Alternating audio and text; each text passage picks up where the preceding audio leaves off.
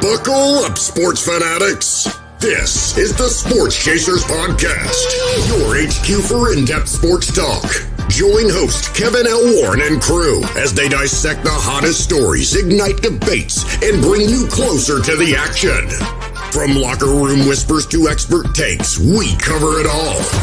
It's game time, so strap in and grab a drink. The Sports Chasers Podcast starts right now. Hey, what's going on, everybody? What's happening, everybody? It's another edition of the Sports Chasers Podcast coming to you live and direct.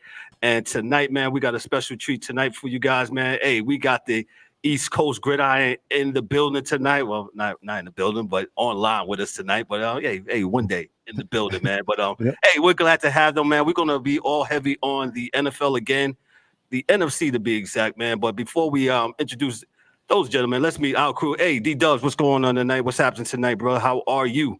Hey, good, man. Another Thursday night, Sports Chasers Podcast. We're glad to be here. Glad to have some guests tonight. No, well, not even guests, man. Family, friends to the family, man. Yeah, facts. That's right. Definitely appreciate you guys. Just to let y'all know, hey, we're live on YouTube, of course, Facebook, Instagram. Hey, it took me like 4 steps to go live on Instagram. I'm just saying. Twitter. I need to fix it. Oh shit!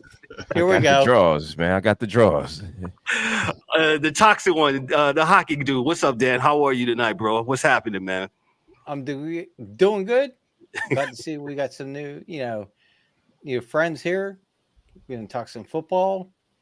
Not my specialty, even though I'm leading our poll. But hey, it is what it is. Oh God, one week, and this guy already. Yeah. Already. Who won last year? Not you. That was a fluke. Sound like the Raiders fans. They're already ready to call the season already. Oh, James, you see, right? You gonna call me out? Okay. The angry one. What's up tonight, bro? How are you, man? It's what's going on, man? Another Sports Chasers Thursday. What's going on to our guests tonight? Friends of the family, call it all you want.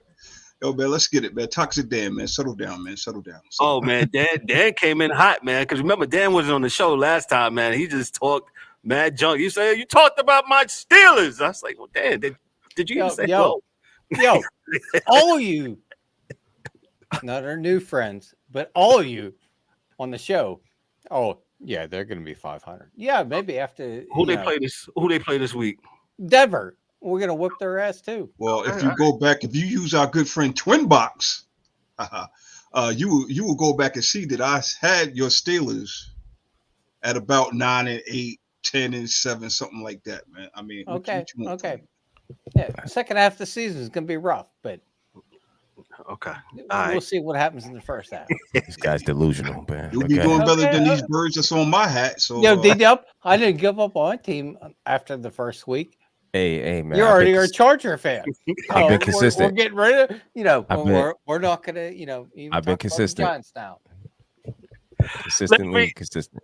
Let's meet our guests on the East Coast Gridiron. Hey, Dante, what's going on, bro? How are you tonight, man?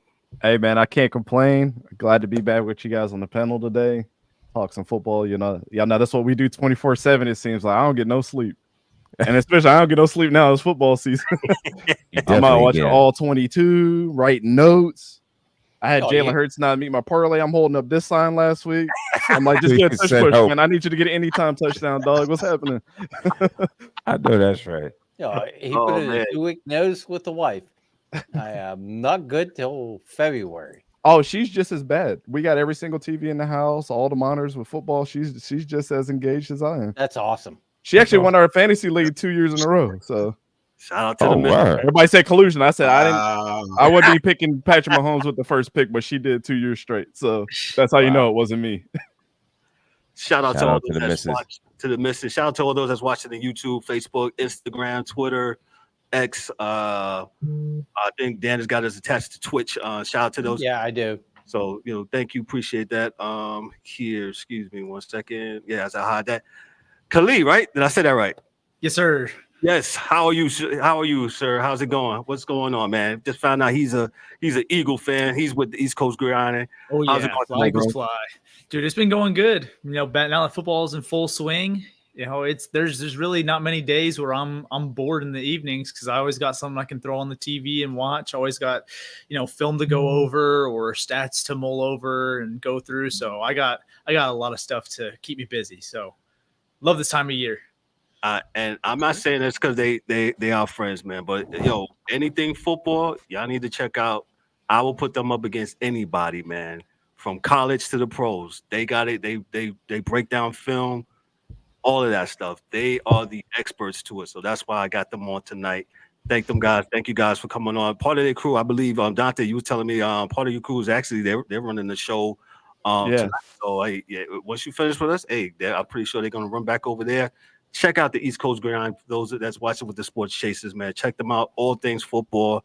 They are the peeps to check out when it comes to football, man. So Appreciate you, man. Yeah, you got it, man. Hey, we're just gonna go right into it, man. We're gonna go right to the NFC. We did the AFC last week. Predictions. I'm gonna pass it on to Khalid. Hey, the NFC East. Let's start with the Philadelphia Eagles. Y'all won last week in Brazil. What's your predictions and what's your prognosis for the 2024 season? What do you look like there for the Eagles? I mean, for the Eagles, man, it was kind of an up and down opener. We saw some good things from the defense, but the offense definitely stuff to work through. And then going over to Dallas, right? You see the Cowboys and their defense looked dominant, straight up, just dominant, giving Deshaun Watson trouble all game. And then Washington, you could see some promise there with Jaden Daniels and the rest of that offense. And then your New York Giants, man, I really am sorry. It's going to be a long season, and I think it's really just going to be like a 2-horse race at the top between the Eagles and the Cowboys, especially if this Dallas defense is better than we thought it would be going into the season. Deron Bland is still out, so they're still missing him, and they still look great, right? The emergence of DeMarvion Overshown at linebacker, now that he's healthy, he's going to be really important for that defense, but it's going to be a Philly and Dallas race as Washington develops. Jaden Daniels gets some experience under his belt. They kind of figure out, okay, how do we need to bolster the roster moving forward? And for the Giants, it seems like a salvage what you can, see how Malik Neighbors looks, keep him happy as well, because, he's a number one receiver, right? He wants the ball. He wants things to go his way. So you got to appease him, right? You just drafted him and you can't have him already upset after 1 year. So regardless of how Daniel Jones plays, you got to keep him happy. Yeah. One game. Daniel Jones is throwing the ball. So good luck with that. I don't know if you stick with them or move on, but the Giants are in some hot water this season. But if I had to pick a winner, I'd probably rock with Philly. But Dallas looks good. That defense. We'll find out more about how their offense looks against New Orleans. But Gotcha. Dante, thoughts? Yeah, I'm the same with Khalid. I think it's going to be a delta of like 4 games for the Eagles as far as their wins in the NFC East. I think they take it just by talent, on paper. And we've been saying that for years, right? I mean, the worst part of Friday was watching how much of a decline that Jalen Hurts is having. And we were just talking about this, like, I'm a quarterback guy, and I was the one that was, when he got drafted to the Eagles and everybody was freaking out, I was like, he's going to take Carson Wentz's job. 2 years later, he's the starter, one of the highest paid quarterbacks in the league, right? So, you just see winners on tape. And I think he has that winning mentality like the Tim Tebow. That's all about the team. Don't really care about what my stats look like, things like that. Mm-hmm. But for them is like what I was telling these guys. I don't know if he's so focused on like more like, so we're winning as a team. But I think he needs to be a little bit selfish and want to get his numbers up too. Because when his numbers are good, it helps your team win. And I don't think sometimes a lot of players can correlate that when they're winning so much. Like the Eagles have been winning a lot over the last couple of years too. So, but when everybody's good and everybody's putting up good stats, you're better. So I would say that's probably a takeaway for Jalen Hurts. As far as like the Cowboys, I mean, the Browns are a good defense, and they made them, look silly going down the field. They just couldn't punch it in. And I don't know if his age, I think the Cowboys offensive line has regressed, I mean, I think what they put up 3 or 4 sacks against Dak Prescott last week. So, and then having Ezekiel Elliott is probably not the answer long term too. When you're trying to get down, I know Darnold is starting to get up there. They have what's his name from Kansas State still there as well that they drafted last year. So, but that front seven might be the best in the NFL after what we saw week 1.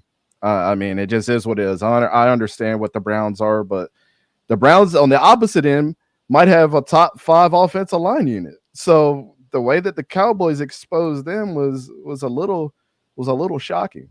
And I have them finishing in second place. The third place is going to shock y'all, and I have them having the same record as the Cowboys and this was before the Daniel Jones debacle that happened. So my mind is totally probably changing on that. But I had you and the Cowboys as having 7-win seasons. I don't know if I necessarily think that right now. The Commanders, I just think I'm not the biggest Jaden Daniels fan. I literally think he's a poor man's Lamar Jackson.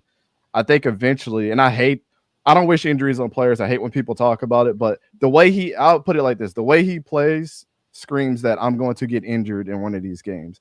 You're a small dude. You're in the NFL, and you constantly are taking hits. And I understand that you can run for the 70, 80 yards, but the one thing about Lamar, he's gotten hurt 2 years in a row, only playing 7 or 8 games. So you already seen what you could be in the future. And it's just take that as a blueprint. Like the dude has a cannon for an arm. The fact that you're not even using, the guys on your team that are great receivers as well. The Terry McLaurins of the world. How are you not throwing down the field to that guy like you did in the preseason? If you're not doing those things, you're not going to, get success for your team. But I don't think Cliff Kingsbury having the same type of quarterback that he's trying to mold again, like a Kyler Murray, is the best answer for Jaden Daniels' career. So I don't know. I see it a couple different ways. I just don't. I see that the Commanders' defense has regressed a little bit. The best part of their team is their running backs and their receivers. I'm sorry. That's just how I see it.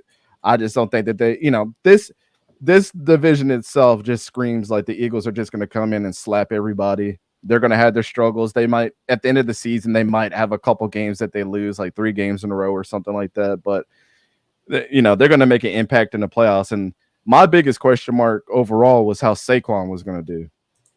To be completely honest, I'll always have Saquon sometimes out of my top 5 running backs from year to year, and it's because of injuries or it's because some games, and y'all know as Giants fans, sometimes he just doesn't show up. Mm-hmm. Or he gets utilized in the wrong way. Why are we throwing the ball to Saquon where he's a tank? Run him up the middle. Y'all saw what he did up the middle. Especially with a young offensive line, on the left side of the field, not necessarily on the right with Lane Johnson, but he was running it up the gut and getting 11 to 12 yards per carry. I mean, it was nasty. So if he runs like that the rest of the season, it might be better than 11 wins. But that's the one question mark I had, because they got a lot of new guys. Jahan Dotson's coming over from the Commanders, so he's going to have hell to pay with them when they play. They got 2 young cornerbacks that they just drafted. Zach Bond probably having the best linebacker performance of last week, having 14 tackles and 2 sacks. And then you talk about Jalen Carter and Jordan Davis and the boys, on that defensive line it's absolutely crazy. The 2 strong guys, and then having Vic Fangio as their defensive coordinator, who's, a lot of people have been basing their schemes off of what he's been doing for years. And now you got the grandfather of defense on your team as well, trying to, make another name for herself with the Eagles. It's a lot of firepower, man. And I think the other 3 teams, what you could say is like a label on what they are is, how are you going to utilize the weapons that are there to help you win? Because you got a lot of turmoil with quarterbacks, young quarterbacks, first-time offensive coordinators, former head coaches trying to get things together. Like, it's a lot of mix-up, and the Eagles are the only constant hiring a Kellen Moore and Vic Fangio. Like, they bring experience in when the other teams don't necessarily have that outside of a Brian Dable, in my opinion. Brian Dable. He's calling the offense, even though he said the whole preseason, we don't know. And I was like, dude, why don't you just say you're calling the offense? It's okay. It's okay, man. You know what I'm saying? You called it for Josh Allen, right? So it's okay. I mean, even though it looked like it didn't make a difference on this past Sunday, I don't want this to be Giants heavy, man. But it is what it is when it comes to the Giants. And Khalid said something about Malik Neighbors. I hope this doesn't turn into another Saquon Barkley deal where, he doesn't get his touches. There's I won't even say controversy at quarterback. There's uncertainty at quarterback where his talent is being wasted. So, and I'm like you. I think the Eagles are head and shoulders above everybody else in the NFC East.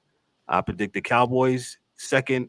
I got the Commanders third, and definitely after week one, the Giants. My Giants are pretty much a distant. I had them win the 7 games, man. I was like, man, I don't even know if we'll get 5, man. So we'll see. And it's also, crazy that Kayvon and Brian Burns didn't do absolutely anything in their first performance either. And I hate that. It's like a Brian Burns guy through and through and a Kayvon guy. Like, I love both of those guys. And them You together. got 2 studs, man. You got 2 studs. And they can't otherworldly edge rushers, and they didn't show up at all. So to me, that's not good. That's not good at all. Gotcha. E, you were shaking your head a little bit. What you got for us? I'm in the greens with everything that's been said here, man. The Eagles, it's their division to lose. I mean, on paper, you look at the talent across the board, they look like world beaters, but they're the Eagles. I think they will go as far as Jalen Hurts will take them, and that defense. If Jalen Hurts was to put his stamp on this offense, this is by far the best team in the NFC, in my opinion. But that it is what it is. And the Cowboys, man, I'm not going to jump out the window like everybody else. Yes, the defense looks good. The defense always looks good when nobody's running on them. That's the one thing that I was surprised that Cleveland didn't try to do. Yeah, I agree with you. Having not seeing Nick Chubb be there totally makes a difference too. Yeah. I mean, I don't know. I mean, unfortunately, I don't know football like you guys, but I mean, you could have threw with that offensive line that they have in Cleveland. I was expecting a little bit more of a run-heavy attack, but it is what it is. But Dallas, yeah, I got them second, but that's just by default because the other 2 teams is just god awful. Washington is, I'm not a big Daniels guy either. We'll see. I mean, I don't think the guy's 200 pounds soaking wet, and you running around not sliding, and you trying to take off at every sign of danger or whatever.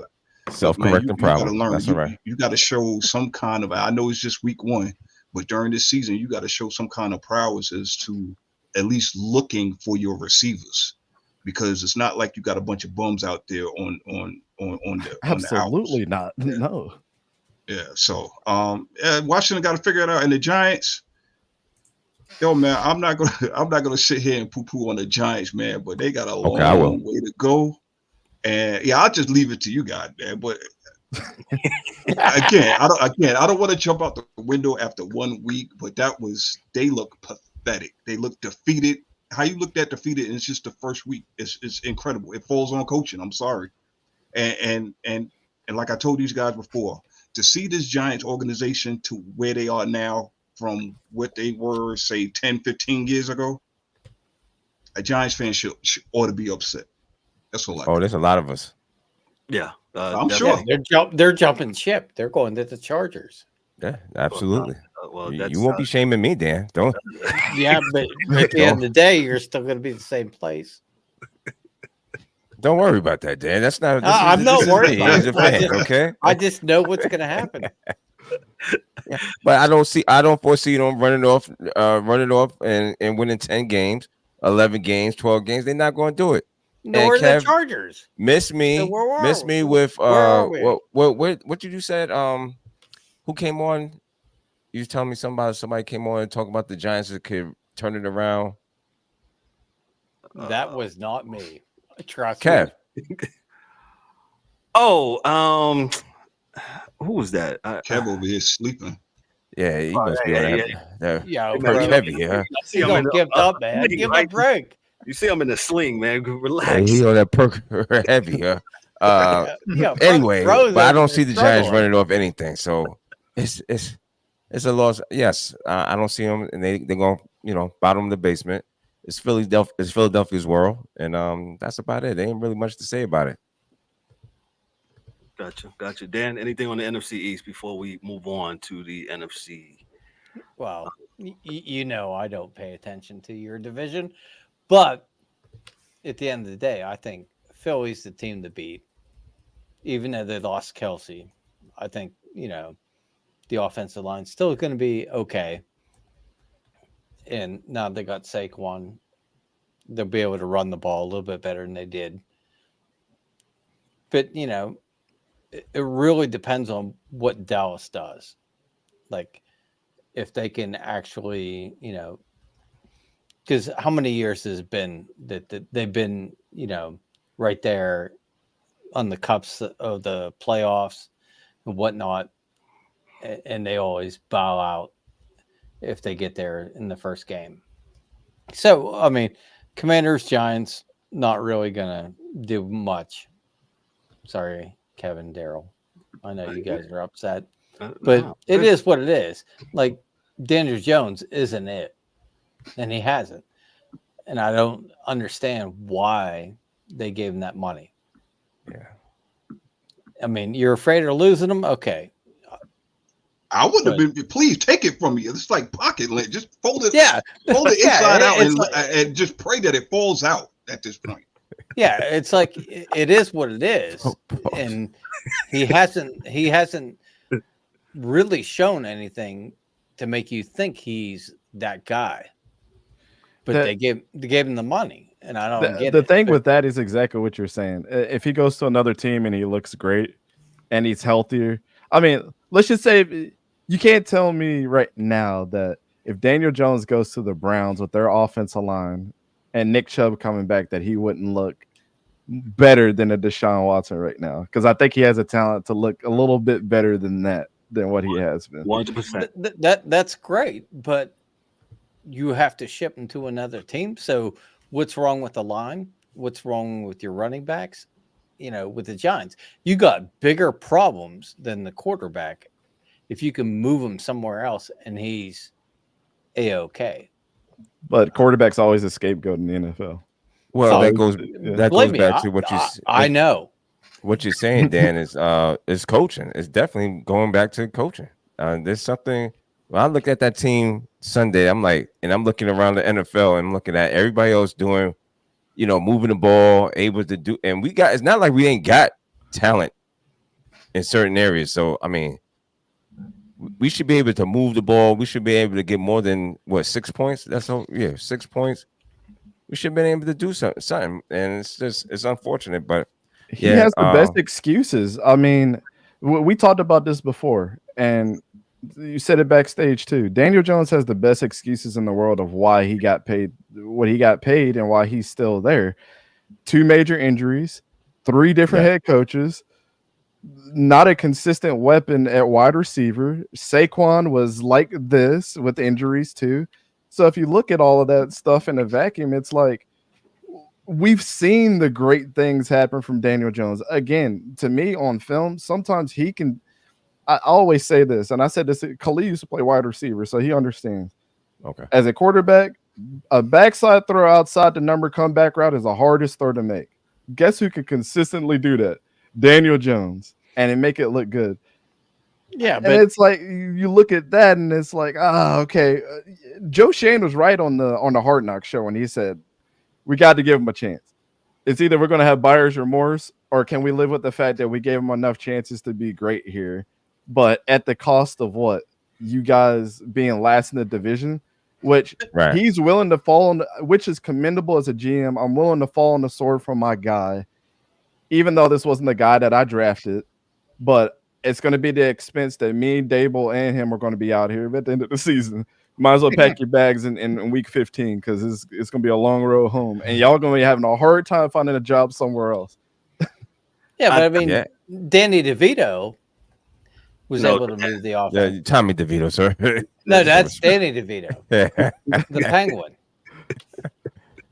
He moved the offense. He's actually a Jersey local dude there. Dante, Go ahead. Real quick. Sorry, I didn't mean to cut you off. But the Tommy DeVito thing, that argument always drives me crazy because it's harder to game plan to somebody that you've never seen on tape. Never before. seen. Mm-hmm. And then it's just like with the Raiders last year with Antonio Pierce, right? They had hope. They wanted the old coach out. Everybody was getting together in the locker room. They had that little bit of oomph to get past the next team, right? But Antonio Pierce, this is his first main season where it's his show. Now they're coming for you. That team's not going to be. Can he keep those guys as motivated throughout the offseason? That's how I kind of felt with Tommy DeVito coming in and went in a couple of games. Like, yeah, it gives you a little bit more hope. Oh, Danny's not back there. I might want to catch this pass or run my cuts a little harder, or game plan a little different because he doesn't have the skill set of a Daniel Jones. They called him Vanilla Vic for a reason because the dude could take off and get downfield. You know what I'm saying? Tommy DeVito's not like that. He's gonna sit in the pocket. Yeah, exactly. Yeah, but him tripping downfield, right? But that argument of like they won with Tommy DeVito. Well, it's a different culture when you bring that guy in. Like, I don't know if people really understand a different quarterback being under center. It's a coin flip game to game until you get dude. I was and he looked terrible after. Pickett, Trubisky, Mason. Yeah, I get that. Yeah, that's one thing I've always told these fine Giants fans up here. I always play devil's advocate because I understand the quarterback position. At the end of the day, for Daniel Jones in his defense, the man has not had any consistency, whether it's from his line, whether it's from the receivers, whether it's from play calling, coaches, offensive coordinators. It's a revolving door. And that's what I meant when I said about the Giants organization, because once upon a time you didn't have all of that movement. It was very stable. But this is where we at now. You know what you guys go get with the Giants, and I know we want to move on to the next division. I'm gonna give you one quick name that would fill in at quarterback right now, and that would give y'all hope. And it's not Ryan Tannehill. Not Tannehill. Okay. Dorian Thompson-Robinson from the Browns. He will give you guys more hope. He's a level-headed kid. He's a smart dude.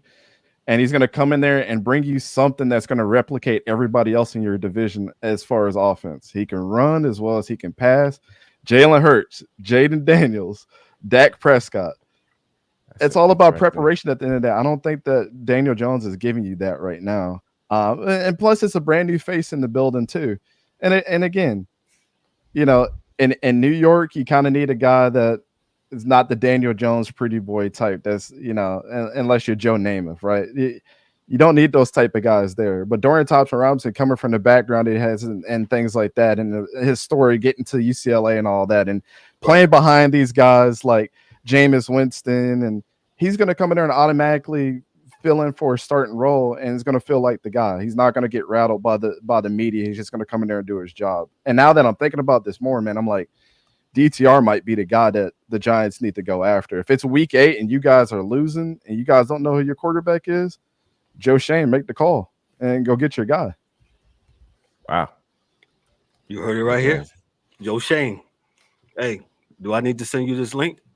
Yeah. Go get your guy, man. Go get it. Because, please, man, this is. Let me ask you this, and we're going to move on. What was the worst interception of the day? Was it Daniel Jones or Will Levis?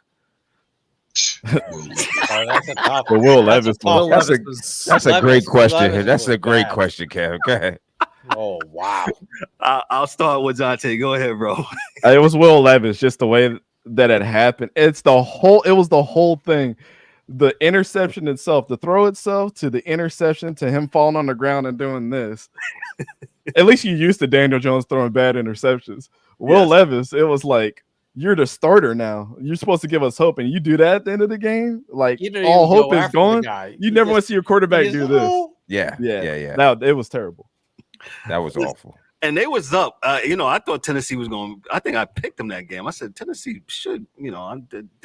Both teams are, I guess, up and coming, so to speak. But Tennessee was up in that game, and when he tore when he threw that, I was like, where was he? If they would have punted it and pinned him deep, I think they would have given him enough time to have the defense just come up and clutch it for him. But I don't know what they were doing.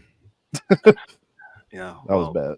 Yeah, that was real bad. Yeah, but we'll move on. Anybody else thoughts on that? Yeah, I gotta say Will Levis. That was absolutely the worst. Yeah, he didn't even go after the guy. He just hit the ground and hit the, oh, I'm sorry. Look, the best thing that can happen if you attempt that pass is what? You gain 1-2 yards, Obviously, we saw the worst case scenario, but what's the worst case scenario if you just don't throw it? You keep it. Worst case, you're sacked. For, or throw it out of bounds for a few yards, and you live. He did the opposite of what he did in college. Yeah, he could have just ran the ball. This dude is a gutsy dude that used to run it all the time when he had pressure in his face. He decides just to throw some laundry up. Yeah, that was just nasty. Like a boneheaded play that cost his team. Cost the team the game. Yeah, cost the team the game. Absolutely, Khalid. Absolutely. Mm-hmm. Let's move on to the NFC North. You got the Lions, the Packers, the Bears, and the Vikings. Hey, impressive win on Sunday night by the Lions. I like the Lions. They went to the NFC Championship game against the Niners last season. Was up, and the Niners came back and won that game, man. But I really like what Dan Campbell is doing with the Lions. They got a bunch of weapons on offense. The defense, they added two rookies, I believe. I can't think of the names, but some good studs on the defensive side. I'll pass it on to Terran Arnold and Ennis Rakestraw. Yep. There you go. See, I knew you would know, so I'll give it to you, Dante. Your thoughts on the NFC North?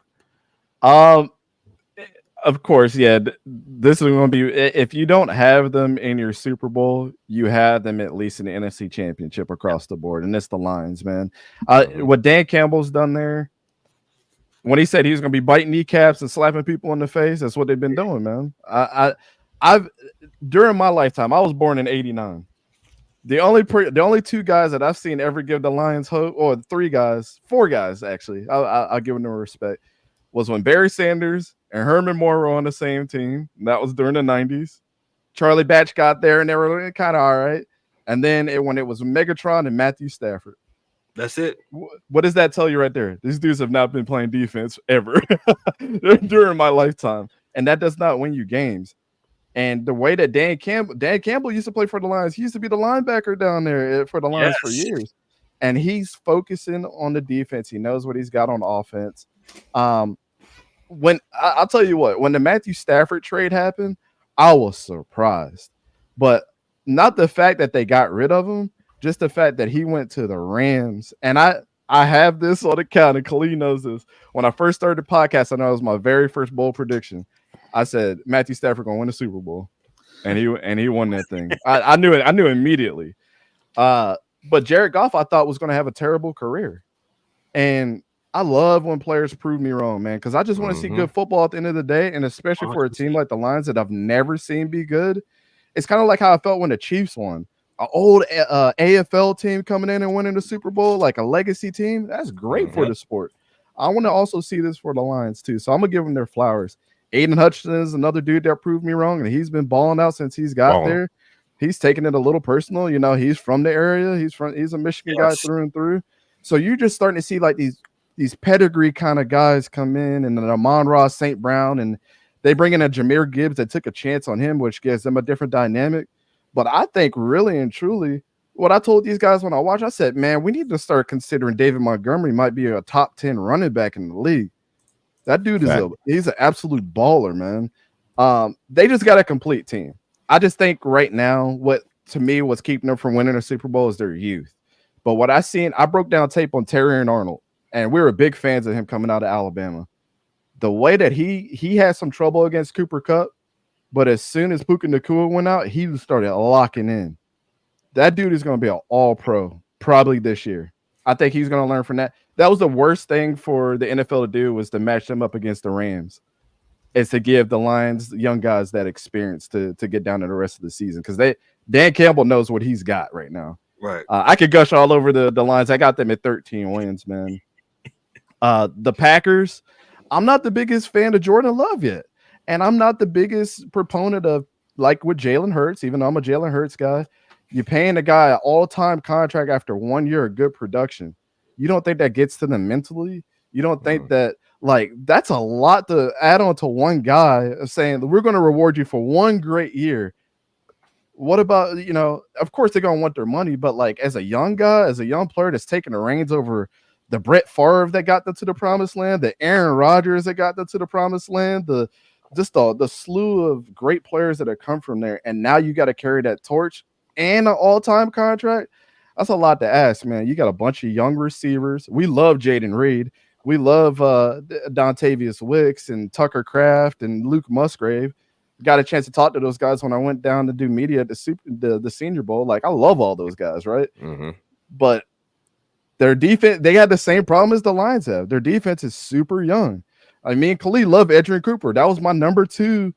He goes to Texas A&M. He's seen him up close and personal. Yeah, that dude is an amazing linebacker on film. But I just don't think they have the juice to get there yet. And I think that Jordan Love is going to regress. And hate seeing him get injured, man. Even though I'm not a big fan of him, I hate to see guys get injured that have a lot of promise. If they don't sit him, and if they start him this week, they risk him getting hurt even more, and their season goes down with him because they do not trust Sean Clifford.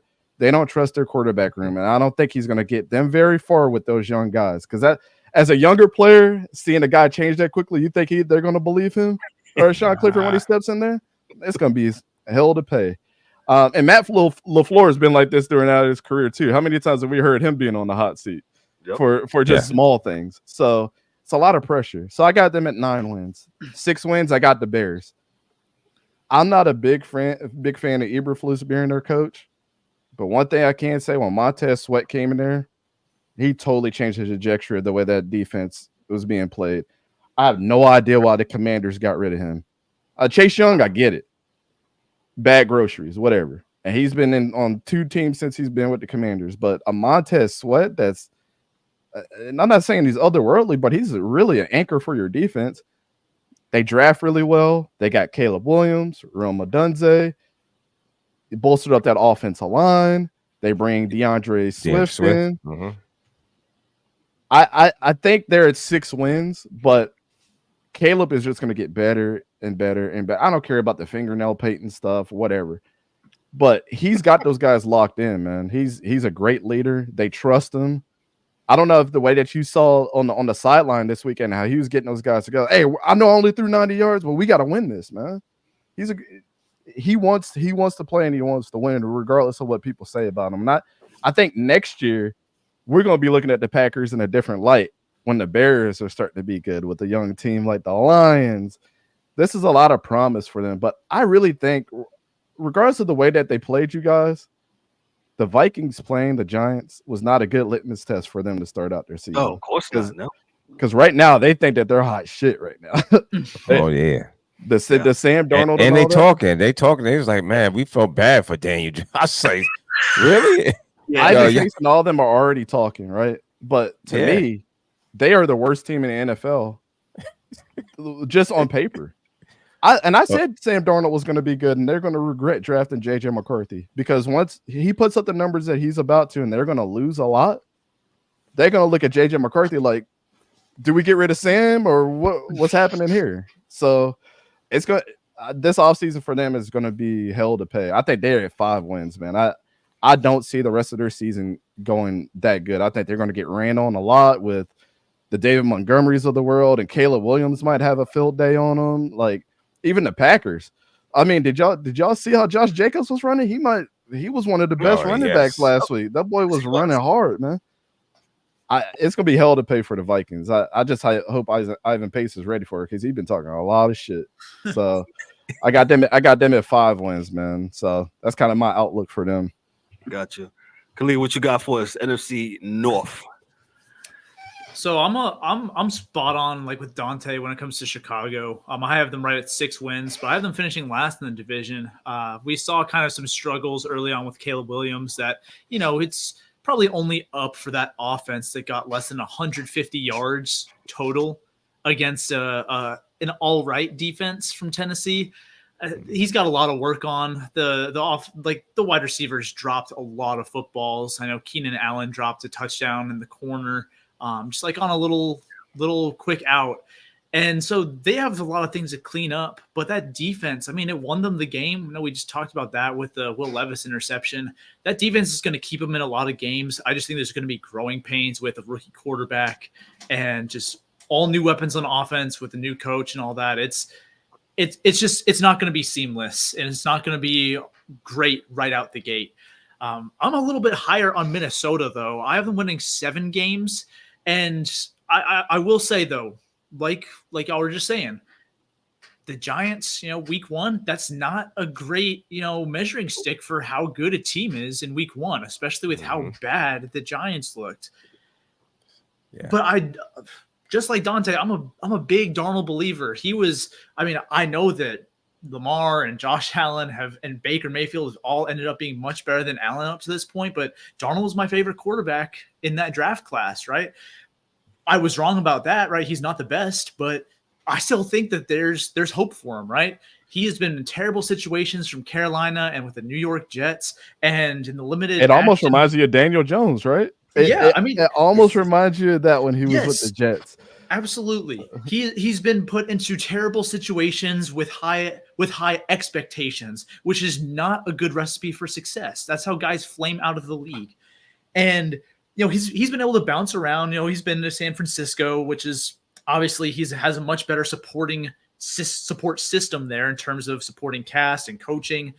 And so now he has, he still has some weapons. He has Justin Jefferson. He has a Jordan Addison. He has TJ Hawkinson when he's back from injury, right? He has an Aaron Jones who may not be the same running back he was, a few years ago, but he's by no means bad. But I think that defense, there's no question that it's a pretty weak unit. So they're going to struggle, right? Sam Darnold's no Kirk Cousins, but he has the potential to get better and continue to grow. So I have him winning seven games, but it's really, I don't really know how I feel about that, because I was in the preseason, right? I don't know how I feel about that after week 1 because I just don't really know much about this team, even after that game against New York. And then I have Detroit finishing atop my NFC North rankings with 13 wins, with Green Bay in second at 10. I like Green Bay's defense while they are young, but for me, the offense, I'm just, aside from Josh Jacobs, I'm not really intimidated by those wide receivers. That's how I felt with the Eagles, going into their week 1 matchup against them. But the wide receivers, I feel like, are a solid unit, but they don't have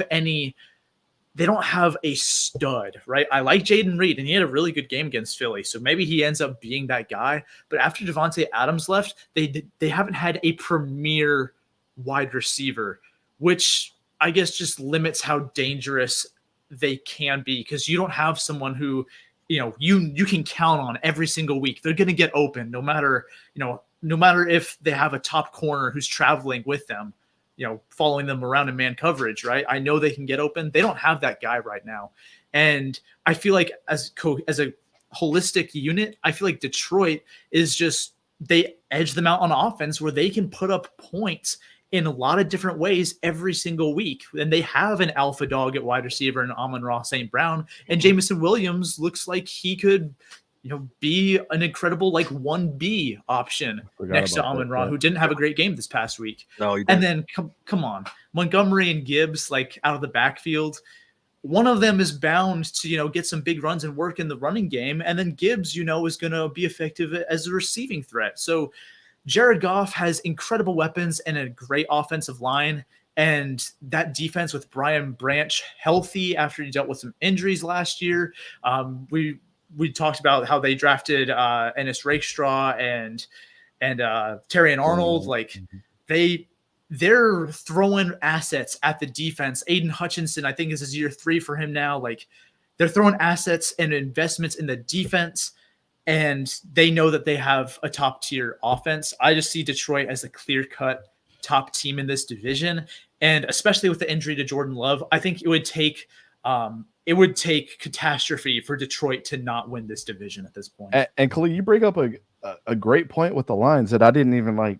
If you had one of those investigative boards where you put the pins in with the yarn and start to connect the dots. Yeah. The Jared Goff and Hendon Hooker are 2 totally different quarterbacks that give you different looks. So you got diversity there. David Montgomery and Jahmyr Gibbs, you got diversity there because one of them is an old school running back and one of them is I can do it all. Jamison Williams, speedster. Amon-Ra St. Brown, dog. Like, he does everything great. Sam Laporta blocks as well as he catches. Laporta. Yeah. It's like they got diversity everywhere. And what it was the old saying, man, death by 1,000 cuts. It's hard to play them. It's hard to play defense against them dudes. Gotcha. Gotcha. D, what you got for D-Dubs? What you got for us to the NFC? Well, I was just talking about they was talking about tests, and Detroit got Tampa Bay this week at Detroit. We got Green Bay, Indianapolis is at Green Bay. San Francisco, talking about a test. San Francisco at Minnesota. Y'all talking, I talk. Got a real team coming in. What else? Hey, D-Dubs, we have 4 players. So we ranked all the players in the NFL by position. They have 4 dudes that scored perfectly. Really? It was Christian McCaffrey, George Kittle, what's his name at linebacker? Fred Warner. And Trent Williams. How you got 4 players that scored perfectly on somebody's chart? That's nasty work, man. That's wow. Oh, the DA definitely told me to tell you guys hello, and he definitely would love y'all for saying that. So yeah, man. Salute to you, man. You got a hell of a team. I'd hate to play the 49ers. Tua just got intercepted. Well, Minnesota's going to see. That wasn't Tua's fault. The receiver has bricks for hands. So Josh the receiver absolutely botched that. They got the ball at the Dolphins 38-yard line. D-Dubs, I'm sorry, was you finished there yet? Let me go to some. I think you said something earlier about JJ McCarthy. Now I listened to y'all show when y'all was talking about him. I wanted to know what was all the hype. I think even when we did the draft special on when you guys came on here, I was like, why we acting like JJ McCarthy?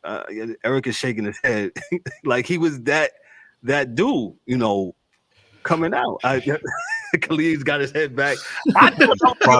Bro, he's a product of the program. I'm gonna shut up. That's all. I just had to say that. Go ahead. I want to hear what you guys got to say. Go ahead.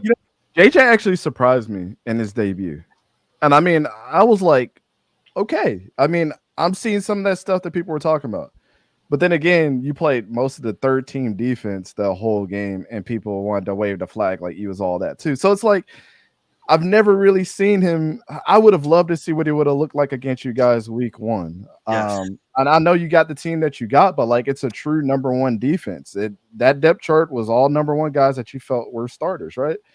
So I would have loved to see that out of him. I think the hype with JJ was the fact that he does things well enough that they believe that they can mold him if they get a Sam Darnold in there that's able to teach him a little bit and tighten the screws. Because what a lot of people would think about what I'd said about my evaluations is that I hate the kid. The only reason I kept bringing him up in the offseason is because you had a dude at Bo Nix, 4,500 yards, 45 touchdowns, 3 interceptions. And then you have JJ McCarthy, 2,300 yards and barely 20 touchdowns like all year. And it's like, if you talk good about this dude that didn't really have that production and handed it off, he threw the ball 8 times against Penn State. But you don't want to give love to Bo Nix and say that he's a check down merchant. 700 yards were off of his check down. So what are we talking about? What happened to the other 30-something, 3,000 yards that came after that? It's because people don't really watch. They hear everybody else talk. And that's where those comparisons always came up for me. And I'm like, you can't have one without the other because it doesn't make sense. And y'all want to give JJ McCarthy the love because they're on a winning team. He's got Jim Harbaugh as his coach. He's younger than all the other quarterbacks. And then the one thing that he's got too is, he's got a pair of wheels on him, man. He can get out the pocket and make things look great. But most of the passes that he has is the Roman Wilsons of the world that don't get the love that he got, had to readjust to all the passes and things throughout the season that made JJ look good or made those passes look great. So I don't know. I'm very I stick to the film, and I watch it and I write my notes and I go back and I'll watch the game 3 times to kind of see this greatness. But I just didn't see it other than the fact that maybe a coach was drooling by the fact that oh, maybe we can make him into something. Oh, he's younger. He was in a Jim Harbaugh system. Oh, he interviews really well. He seems like a smart kid.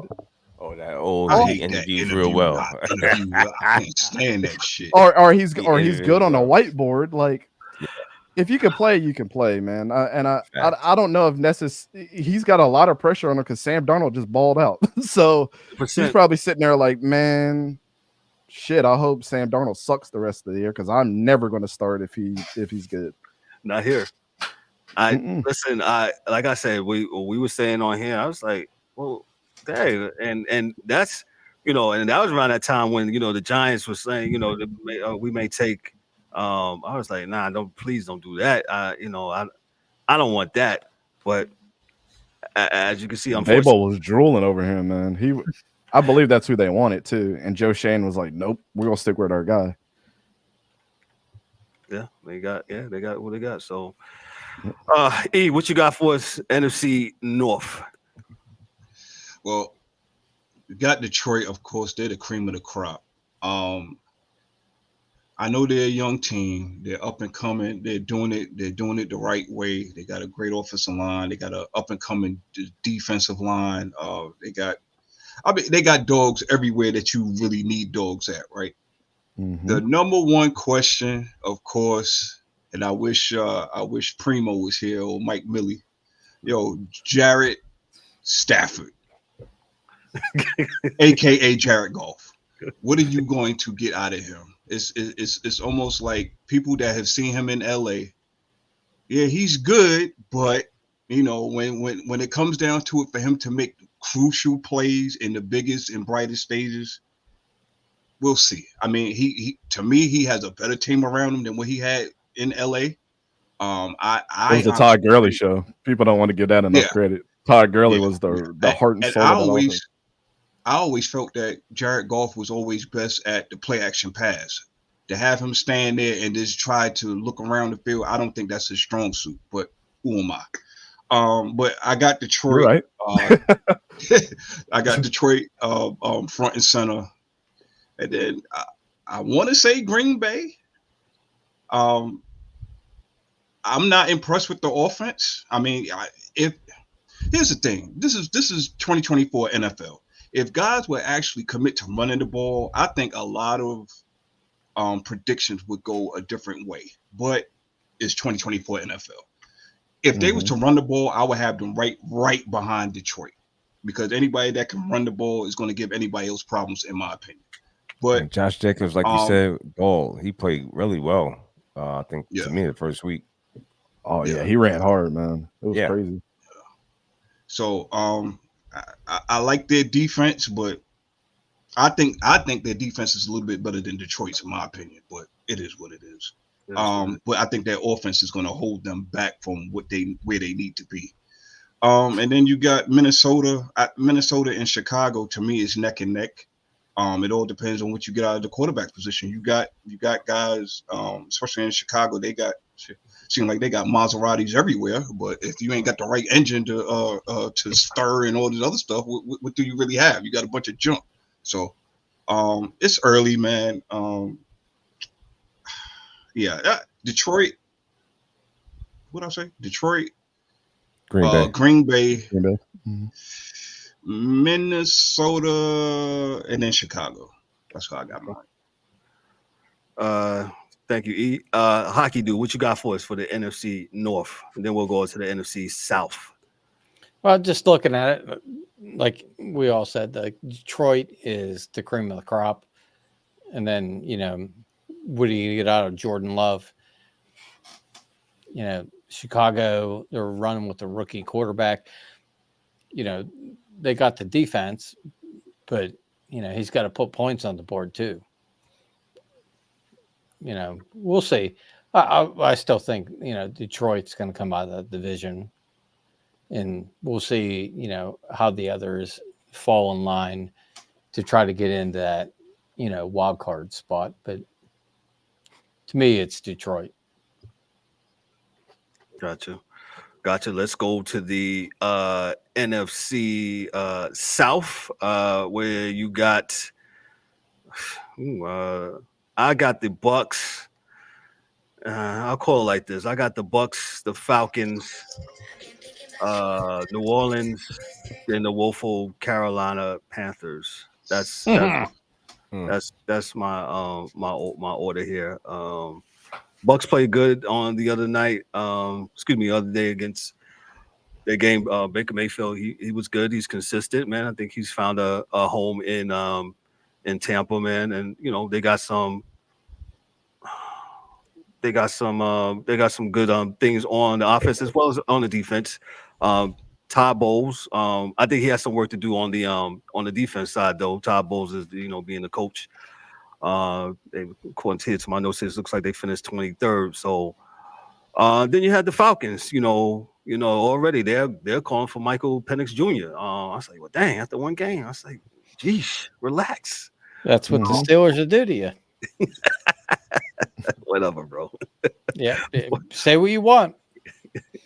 All you bitches said, "Oh no, they're going to be terrible. They're not going to win any games." Yeah. Well, that was Ryan and the DA, man. They're not even here. I'm just saying, like, you can get mad as you want. If you have defense, you can win games. Look at Chicago last week. And Will Levis doing what he did too. So. When you pull Madonna and just go, like a prayer and just get on the ground and pray, shit's gonna happen. You also got so like I said, the Falcons with Kirk Cousins. They're coming in second, I believe, there. And then you got the Saints, who played a JV team in the Carolina Panthers on this pass. Oh, they're so bad. Well, speaking of setup, their quarterback, what's their quarterback name? I so forgot. Bryce Young. The first attempt that he made, interception. And I think Khalid said it right. You quarterbacks, and he says it too on the show. When you come into a organization, or you come into a situation where it's not conducive, it's not set up, you can waste some years, or some of the stuff is not your fault, man. You want me to give you my take on that, Kevin? Like, go ahead. Go ahead. This is how I feel about quarterbacks like Bryce Young, or like guys that just get drafted in the first round. I believe that's going to happen with some of these guys. It's just unfortunately the situation that happens. Like, out of every quarterback, Michael Penix Jr. got drafted to the best situation. I'm gonna just be completely honest. Mm-hmm.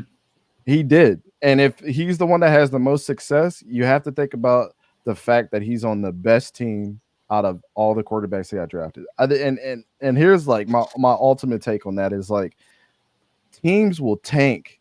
Teams will not spend money that they obviously have to build everywhere else to get that number one quarterback in the draft or their guy. I'm honestly, like, if the NFL is watching this, quarterbacks should only be drafted in the second round and later. You know why? Because taking your team with 2 to 3 first round picks or trading away all your great guys to move up in the draft is detrimental to your squad. There's no reason why I'm going to call it like it is. There's no reason why Brian Burns should have went to the Giants.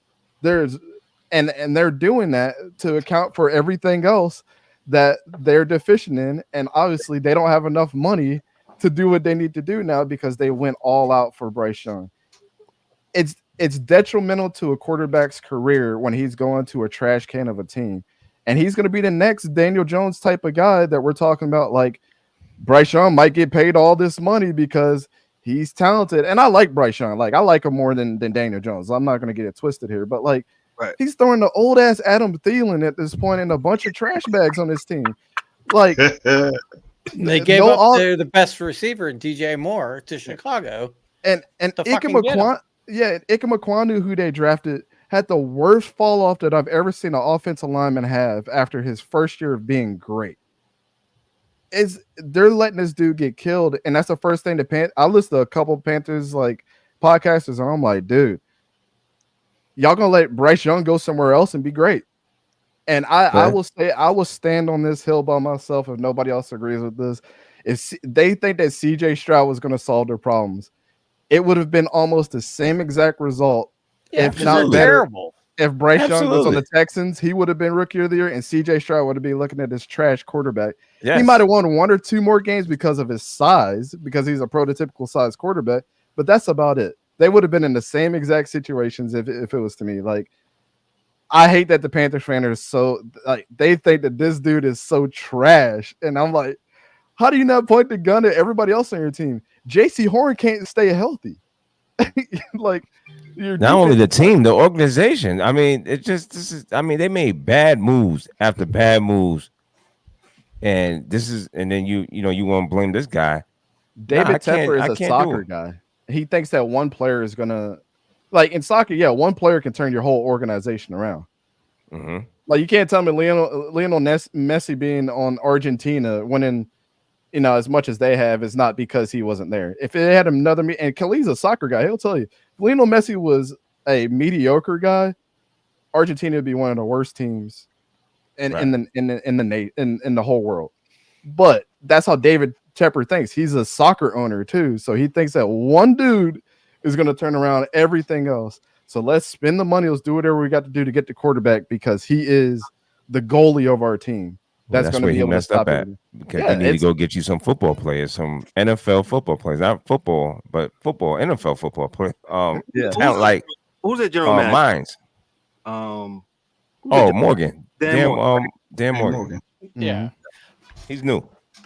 So I don't know. Can I get on this? Yeah, go ahead. You know how I love to rip the Panthers, but when Richardson was the owner, he wouldn't pay anybody except for his son-in-law. And then now we got Tepper that throws money around, but he won't keep anybody for more than a year. So it's like, how do you build a culture or a football team when, like, every year you're firing a coach? Like, the last 3 coaches he's fired are making an obscene amount of money. Like, I know Rule probably got that offset when he went to Nebraska. Oh, Rule is banking. But at the same time, let me hold something. Yeah, but at the same time, you got to think about this. Like, I'm an AFC North guy, and I've seen the Browns year after year after year, even the Bengals, drafting all these quarterbacks high, first round, whatever. And they would have been great other places, but it's because absolutely they fucking buried all these guys because their team were dog shit. And that's, you can't tell me that Brady Quinn wouldn't have been great on a like at least a mediocre team out of Notre Dame. Thank you. If you had a good team or good offensive line in front of any of these guys, they would have been okay. They wouldn't have been great, but they would have been okay. But the Browns, year after year after year, put these guys in first year after drafting them. And like everybody knows, I'm a big proponent of you draft somebody, they don't play for 3 years. Let them learn the game, let them learn the speed, learn the offense, whatever. But if you throw them out there, like Achilles Smith, probably one of the better quarterbacks to come out of college. Ryan Leaf, same thing. And they threw him on bad teams, and they failed miserably, lost their confidence, and they were done. And that's kind of what they're doing with Bryce Young. That offensive line is so bad. Like, this guy hikes the ball. Like, you got to have him in shotgun, because if he's under center, he's tackled before he even fucking gets the ball. I mean, it's absolutely obscene how bad the Carolina Panthers are on the offensive line. And I know they brought guys in, but they're still so bad. To go along with that point, I try to tell, like, college football is different. Like, you recruit because you got to win, and when you win, it gets the school money. It's different, right? For people not to think that, like, the business aspect of the NFL is not a thing, or we're not going to draft a guy that's marketable is not a thing, is absolutely asinine. Like, you have to think about that. But then also, here's the other thing that bad teams, and I know because I'm a Jaguars fan, we tanked 2 years straight for Trevor Lawrence, and now we're naming our stadium Trevor Bank Stadium for one game this week. What has he done? He's terrible. Are you serious? Yeah, just for one game, we're going to put TR in the front of our lettering at our stadium, and it's going to be called Trevor Banks Stadium. It's crazy, but my point is that when you have guys like the Pittsburgh Steelers, I'm gonna use y'all because there's a great example. The Steelers, let's see, the Baltimore Ravens are another one. Like, I hate to say it, y'all are rivals, but y'all are like two in the Packers. I'm gonna throw all three of them in there. Those are three of the best ran organizations year to year to year to year to year, and they never really have a down season, right? Because they build their team from the ground up, and they don't depend on if we got the number one quarterback in place, because they're automatically building that next guy up. Teams like the Panthers and the Jaguars and the Chiefs of the old days, they are trying to account for that. We need the publicity. And so we're going to throw those guys in there and get them killed because it's going to give our fans hope, and it's what's going to sell tickets. To your point, not necessarily for the betterment of the team. Like the Packers can wait, the Steelers can wait, the Baltimore Ravens can wait because they know their defense and everybody else can win them at least 8 games a year. Well, to your point, Big Ben only played in his rookie season because, I can't even think of the dude's name. The starting quarterback got hurt. Tommy Maddox. Tommy Maddox got hurt. Yeah. Then, good old fragile, Charlie Batch. Batch came in, took one snap and broke his wrist. So they had to play Big Ben. That's the only reason why he played in his rookie year. Otherwise, he wouldn't have seen the field at all. And that's kind of like my thing is these guys coming out of college, you have to give them a grace period. And you have to let them get used to the game, the speed, practices. It's completely different in college. Like you said, college. Big Ben came into a great team. That's what I'm saying. The support system absolutely. Excellent. Absolutely. I mean, what did they do, though? They didn't have him passing the ball like he did in the last 5 years that he played. When he came in, it was hand it to Jerome and, we'll see you 5 yards down the field. And we'll do it again. Later, we'll do it again. We'll do it again. But that's what teams don't do now. Like they get these rookie quarterbacks, they don't have patience because it doesn't pay the bills. Yeah, I'm gonna put that on a t-shirt. Patience doesn't pay bills. They don't have the offensive line, that he had. They're suspect, and they don't run the ball at all. And they expect like Bryce Young. He when he got drafted, he was failed from the beginning because they were terrible up front. They didn't have a running game. And, you're expecting this guy to carry the franchise on his arm. And they really didn't have great receivers at the time either. So teams are scared of any other player not named a quarterback to be the marketable guy. Yeah, you got to have the foundation for the quarterback to succeed. If you don't, they're going to fail. And look at all the teams that start the quarterbacks right off the gate, except CJ Stroud. They had a good line, they have a good running game, and they had good receivers. So that's the outlier to all these other teams. And they have a great coach that understands that we got to play together too. Absolutely. Yeah, like how many quarterbacks in recent memory can you name who were drafted and saw either immediate success or even a success at any point in their careers where they didn't have an elite offensive line, right? I think that CJ Stroud and Joe Burrow are probably the only two names who I can think of who have really found any level of success in this league in the last few years where they didn't have an elite offensive line right out the gate, right? And I think that's the problem with a lot of these quarterbacks who are getting drafted early, like Bryce Young, right? They're getting drafted early and they don't have great offensive lines because the team is so bad. That's why they have a top pick and they use it for a quarterback who's being put into a terrible situation. Looking at the top 100 players of 2024 list put up by the NFL, which was, again, voted by players. Let's look at the quarterbacks. Lamar Jackson is the first one. He was drafted. He sat behind Joe Flacco for a little bit and had a great offensive line. Patrick Mahomes sat for a year behind Alex Smith. Great offensive line, great offensive-minded head coach. Let's scroll down a little bit, right? And you get to Josh Allen. He had a really good offensive line while he still had trouble. He's grown a lot and thrived with a very good offensive line. Right? You move on. Jalen Hurts, he sat for a year behind one of the best offensive lines in the league over the last 5 years. Dak Prescott, mid-round pick behind Tony Romo, one of the best offensive lines in the league at that time, right? You keep on going. CJ Stroud, he was one of the few outliers. The offensive line has improved over time, but it was pretty shaky at first. Then you get to Brock Purdy, right? Last pick of the draft when he was drafted, elite offensive line with best offensive lineman alive at this current time, and Trent Williams. He sat behind Jimmy Garoppolo. Exactly. And then who is a Super Bowl around Tom Brady. He might not have the arm, but he's got the mind of how to be succcesul. Yeah, right. You look at all of these top quarterbacks, and the common denominator, aside from maybe one or two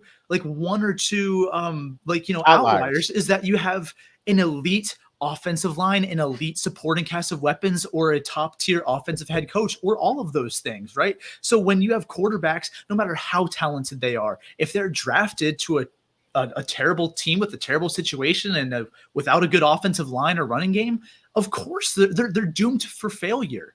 Right? You're setting them up for failure with them getting drafted that early.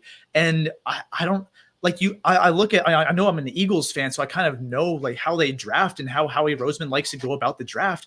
But you look at it, he loves spending early round picks on offensive and defensive linemen because he realizes the importance of building up the trenches first, because that's where you win and lose games. Right? This past year, in the third round, Jalix Hunt. Right in the first round in first round in 2023, Jalen Carter and Nolan Smith. In the third round, Tyler Steen, who's offensive guard. 2022, Jordan Davis and Cam Jurgens, who are both now starters for us on the offensive and defensive lines. You go back to 2021, Landon Dickerson in the second, who's a starting guard. Right, 2020, we drafted Jalen Hurts because we already had a top 2 offensive line under contract for the next 2 years, every single one of them. So you keep on going back, and the year before that, Andre Dillard in the first. The year before that, Jordan Mailata in the 7th, who, granted, he panned out to be a lot better than most people thought. But you see this history. An international guy that didn't even touch football before. Yep, never before. All rugby. So, Khalil, I got a question for you. Yeah. That being said, what we're talking about now, quarterbacks sitting behind, the starter and good offensive lines. What do you think Kenny Pickett could do in that offense if he had to start? So he looked a little rough in the preseason, that which was concerning.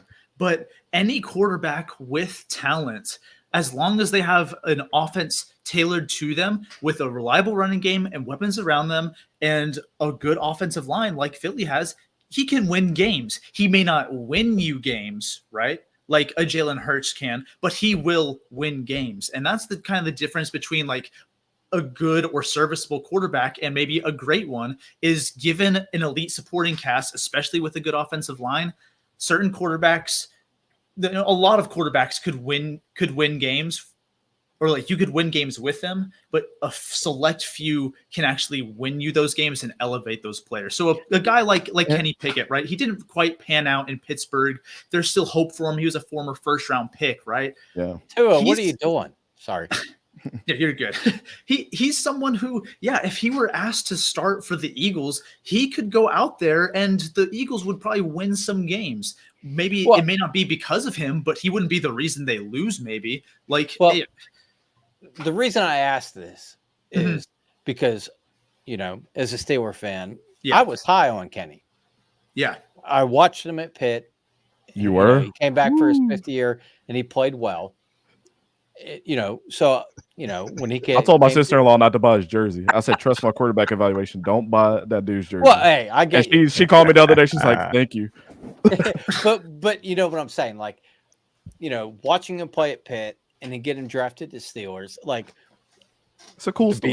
To be honest, I didn't think Trubisky should have ever started a game. He is absolutely terrible.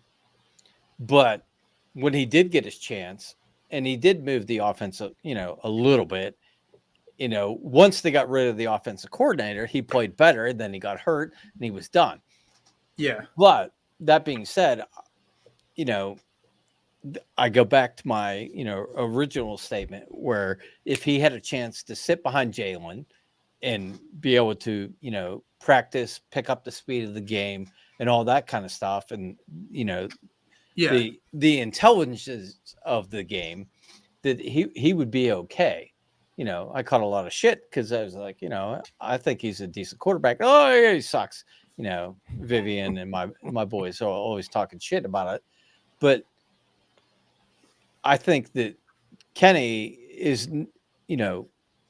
could be a good quarterback in the league, giving the right opportunity.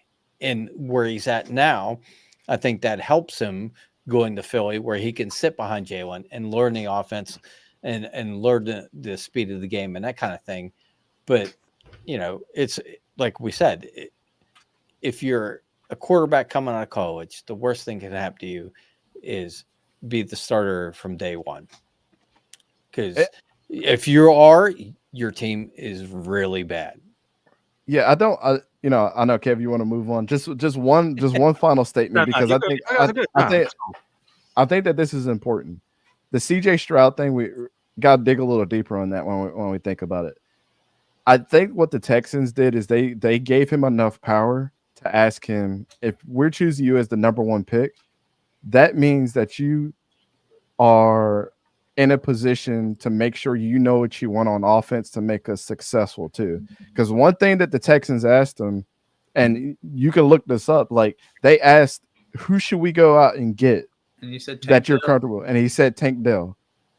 Even if they had deficiencies at the offensive line, what he had felt was Tank Dell was one of the best downfield guys up the seams at wide receiver that was stretching the field 20 to 30 yards at a time, where people had to account for, okay, we can't just rush the quarterback, Let's not gloss over the fact that Cleveland decided to throw the entire house at Texas to get, Deshaun Watson. So Stroud, Anderson, the defensive end, they got a lot of great picks from Cleveland in that trade. So that improved their team immensely right away. Like it's almost like going back to, what was it, the Herschel Walker trade or the Bo Jackson trade, where they gave up a shit pile of picks. And, the guys that they drafted actually hit. But I think that's a lot of what happened with Texas was, they shipped Deshaun to Cleveland and they got all those picks in return, and they actually hit on a lot of those picks. Well, that's very true. That's a great point. And that's what great teams do, right? Oh, they capitalize on somebody that they think this is what Howie Roseman is good at. I'm a finesse you. I'm a sweet talker. I'm a call you, pick up the phone, and promise you more than what you probably are going to get. And we're going to capitalize on that. Mm-hmm. That's what he does. He manipulates the cap well enough. He goes in there and makes trades where we're like, dang, they gave the dude up for peanuts, man. And then they go out and they go draft some otherworldly guys with those picks. Like, the more picks you have, it's kind of like this. Like when we're doing content creation, right? The guy that might have more success is the guy that might put out 50 videos a day versus one and thinking that it's going to go viral, right? Right. It's the same thing with draft picks. I have 15 draft picks. I might have a better opportunity that half of these guys are going to be great other than a dude that has just 7 every single year. So you increase your probability of finding a diamond in the rough every single year when you do what the Texans have done. But Absolutely. I think kind of what Texas did is they took all of that draft capital and they won and they hit on the draft choices that they took that really improved that team super fast. And they're cheaper contracts too. Rookies are cheaper. Absolutely. Contracts. Rookie contracts. Especially if you get a superstar, you're like, oh, absolutely. I don't got to pay him for 3 years. I mean, think about it. Will Anderson, at the defensive end, you got him for They don't have 5 to pay him until years. his 5th year. Yeah. Mhm. And they're probably in what, year 3 is contract. So they got 2 more years of that. And that's the thing, with a general manager, you offload Watson, which he played great for you when he was there, but shit's went south since then. And they were probably super happy they got rid of him. But at the same time, they brought in all this draft capital to make their team better, like way faster than it should happen. I mean, look at some of the teams that have, top draft picks every year and they're still ass. Mhm. They were able to take those picks and make them work for their team. So let me get Eric in here, and then we must move on to the NFC. Eric always makes these. He always. What's your man in Washington? What was Jason Campbell. Go ahead, Eric. That man had 4 coordinators in 2 years, and they still expected him to be great. Anyway, but to piggyback off of what you guys said too, right? And this is one thing we always talk about on the show. You have to have the good and great organizations. They draft and they go out into their off seasons and they get guys in with a purpose, right? They have a game plan. They have an outlook of what they want their team to look like, and they go and they draft accordingly. And that's what the Texans did. They struck gold on that. So hopefully, They don't stray away from the game plan like the Raiders did by drafting Brock Bowers. Oh, well, that's a whole nother story. But yeah, Shot. but There's just some getting teams back- that getting back. can't get it right. Mhm. yeah. Go But ahead. getting back to the NFC South, I got Tampa Bay. I think people are finally looking at the true Baker Mayfield, who is finally healthy for the second straight year. He got Mike Evans looked like an absolute top 5 receiver last week, even though it is just 1 week. But he Cleveland's looked still kicking their ass. that combo looked great last week. So I got Tampa. I got who else is in that damn division? Carolina, New Orleans. Saints. No. Atlanta. I'm gonna go Atlanta. ahead and pull on myself. I don't know why.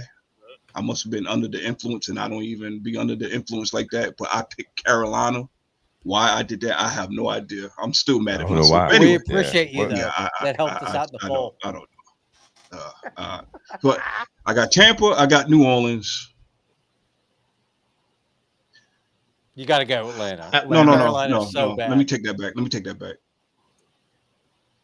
Yeah, Tampa, Atlanta, New Orleans, and Carolina. I think, like what you guys said about Michael Penix, I think he's in a great position because it looks like Kirk Cousins probably is not going to be there that much longer. But it's always good to draft a quarterback and have him sit and learn behind a professional and see what he can do with all that talent that they have on offense. So I think that was an absolute good look. New Orleans, I mean, you beat up on Carolina week 1. You did what you were supposed to do. You probably surprised a lot of people by the amount of points you put up, but that's really not doing anything for New Orleans' outlook for the rest of the year, in my opinion. I mean, you got Carolina one more time, but that's about it. My question, though, is like with Atlanta, why do you introduce a mobile quarterback system with Kirk Cousins and expect him to excel when he's not that guy? Like against the Steelers, they played the pistol like probably 70-80% of the game. That's not his thing. So why are you doing that? Now, if Penix is in there, that's different. He's more mobile. But like they set him up for failure from the get-go. And thank you, Bet Stamp, for the $12.75 that I won on my $5 bet. Again, it goes back to what I just said. You have teams that have an outlook and they have a vision. You go out and get the pieces to But they paid like what 180 million to get him there. They probably did that also so nobody else would get him. But that's I mean, he could have went anywhere. But like the fact that they paid all that money to have him to be their starting quarterback and then run an offense that he is nowhere near equipped to run. Yeah, I don't have no answer for you, Dan. I think that. But you know what I'm saying? Yeah, I get it. It's just like Kev. What's my man name that came over from? I'm gonna take y'all back real quick. I know you guys probably know exactly who I'm talking about. Same scenario. You're the Washington, then what you was then. Yeah. You go get Albert Hainsworth. Was that his name? Yep. Yeah. You go get him from Tennessee. I know where you're going with this. They ran I believe a 4-3. I mean, was it a 4-3? Yeah, they ran a 4-3 because he was a true nose tackle. Yeah. Right. And then you bring him to Washington, and now you run a 3-4. And you expect him to excel, and you expect him to be happy. Why? Why? I don't know, E. But that's all I got. I'm good on the NFC South, man. Let us a word from somebody that I think Dan said. BetStamp. Shout out to our affiliate BetStamp. Word for them. Hold on. Sports Chaser fans, hey, I got some exciting news. I'm thrilled to announce our new partnership with BetStamps and sign-up experts, opening up an incredible opportunity for you to join some of our favorite sport books to get the best odds and new user offers. Head on over to our dedicated page, signupexpert.com/sports chasers to explore a selection of sports books tailored to you and to your region, each with unique offerings. So what you waiting for? Go ahead and get rich or bet trying. Peace. Shout out to BetStamp. Khalid, real quick, did we get you the NFC South, your predictions, and then we'll move on to the NFC? Yeah, I'll run through this real quick. I got Atlanta topping the division. I know that they looked pretty tough or rough around the edges and rusty that first week and really didn't show a lot of good signs either. It's not like, they didn't play well, but there's stuff there. They got a lot to work through on offense, especially, with the whole Kirk Cousins thing. You got to work on how you use him and making him comfortable and just getting him moving around the pocket, being able to actually run some play action and stuff like that. Then I have Tampa in second. Especially after this first week, those two teams could easily be flipped. But again, I made these before the season started. Tampa in second, New Orleans in third, and Carolina in dead last in the division. And I think that they're gonna get the first overall pick again. That's kind of where I stand on that.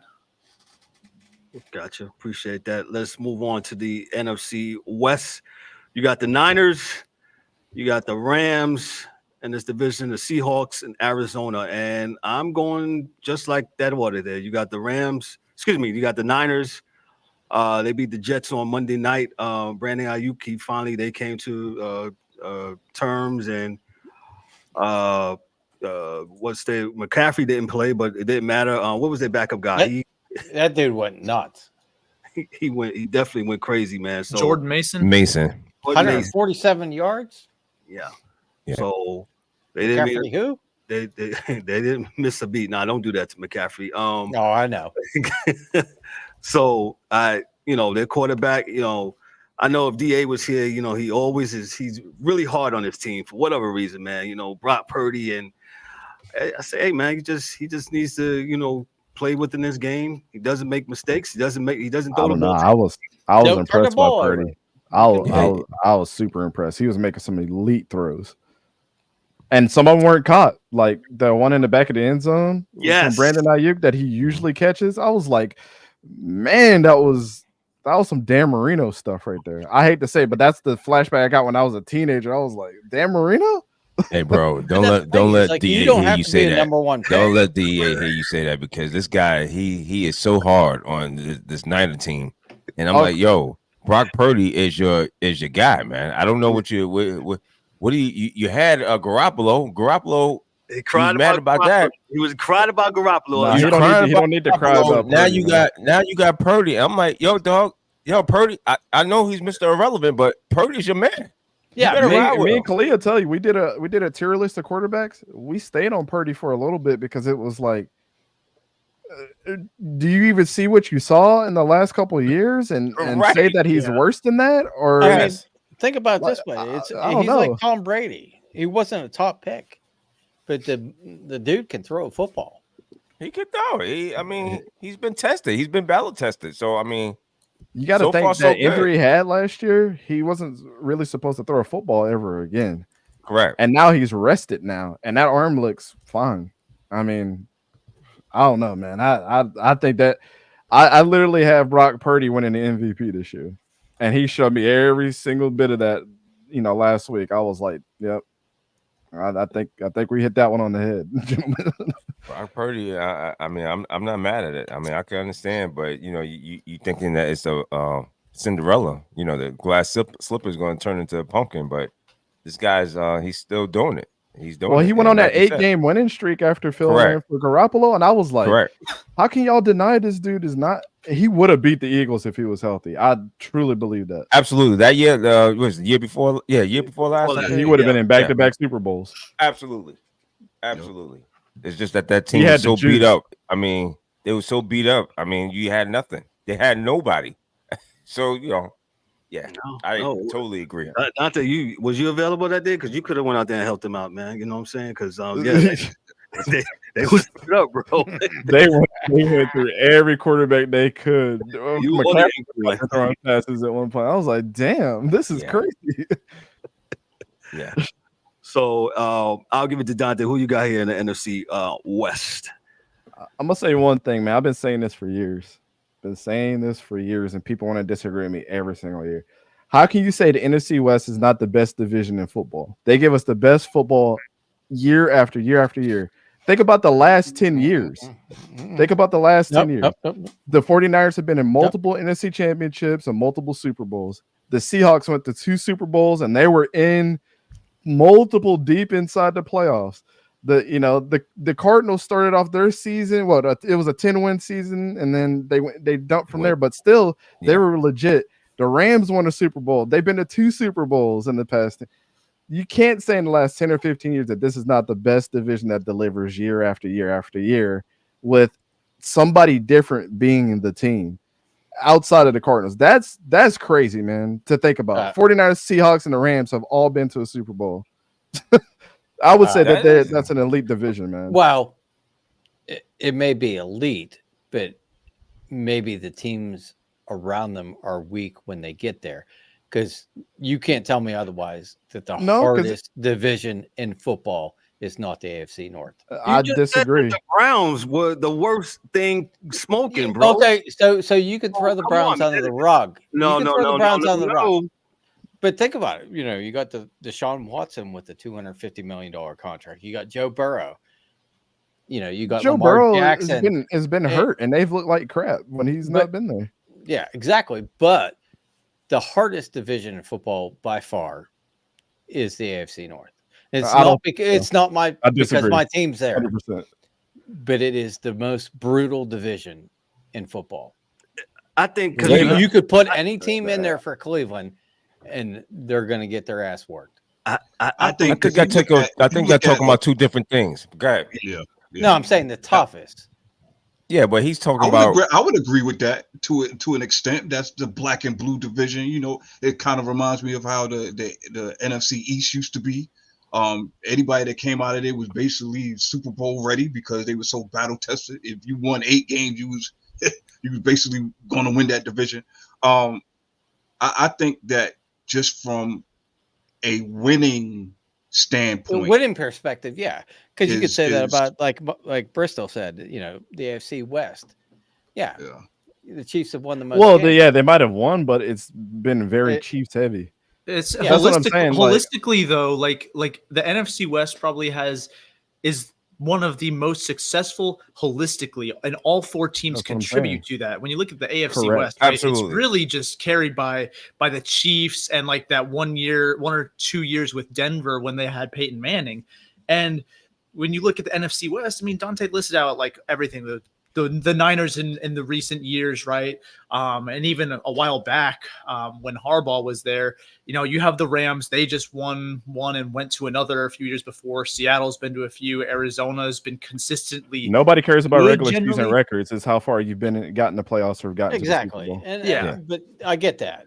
But as far as the toughest, Well, I mean, that's I up would for agree with debate. you if there were 3 legit teams, but the 2 teams that everybody has to go through in your division is the Ravens and the Steelers. I mean, historically, because I honestly can't say the Bengals have ever been good in my lifetime outside of Joe Burrow going to the Super Bowl that one year. And when he's gone, it's not the same. And Browns have been a poverty let's back it franchise. up a little bit more. When what's my man? He got hurt that one year that Cincinnati had a phenomenal year. Quarterback Palmer got hurt. Carson Palmer. Carson Palmer. Got hurt. But that's the thing with the Bengals, though. They The only Bengals pay a you- couple people, and that's it. They Well, don't pay. when you look money. at the NFC West, and I totally agree with you. They has been equally spread it out. Everybody has contributed to getting somewhere NFC championship, if not winning the Super Bowl. So I mean, the Cardinals have contributed by having some upsets too. Like they were a hell of a team to play when Kyler was healthy. People were saying that he was an MVP caliber type quarterback, and those other 3 teams had to go against him twice. You can't tell me that armor, iron doesn't sharpen iron right there. Arizona, even that 2015 year when they went against Carolina and lost. Thank you. I was about to say that. Yeah, that year was a good year for that year. Yeah, that was a good year for Arizona that year. Yeah, the last 15 years have been ruled by the NFC. Yeah, West variety and success. Like I agree with you. I must agree. Yeah.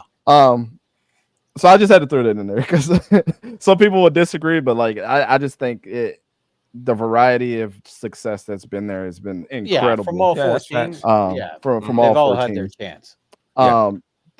I have the 49ers first. There's no question. I already said it before. 4 of the best players in the league that we ranked that had perfect scores are on that team. So you automatically got to give them a bid. Brock Purdy has been incredible. They have the best coach in the NFC West. I mean, Kyle Shanahan is as much of his dad as his dad is, as much as a extension of what he raised him to be as well. So but he's got his own flavor, which has been working. You never see him get compared to his dad because he's got his own style, the way he likes to do things, which is commendable. I mean, that's great to separate yourself from your dad. That's awesome. A lot of people get compared to their fathers from their previous success, and he's in a league of his own, which is great. And his quarterback and his coaching tree has been good too. A lot of guys have spawned off of that. That adds on to that. So, I had the 49ers at 14 wins. Only taking 3 losses on the year.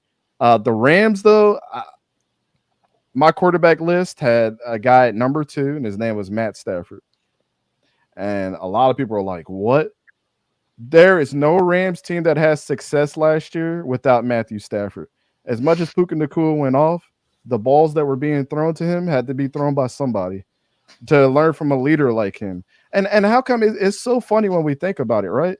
Matthew Stafford never gets the credit. It's always his receivers. It's always Cooper Kupp. It's always Puka Nacua. It's always Calvin Johnson.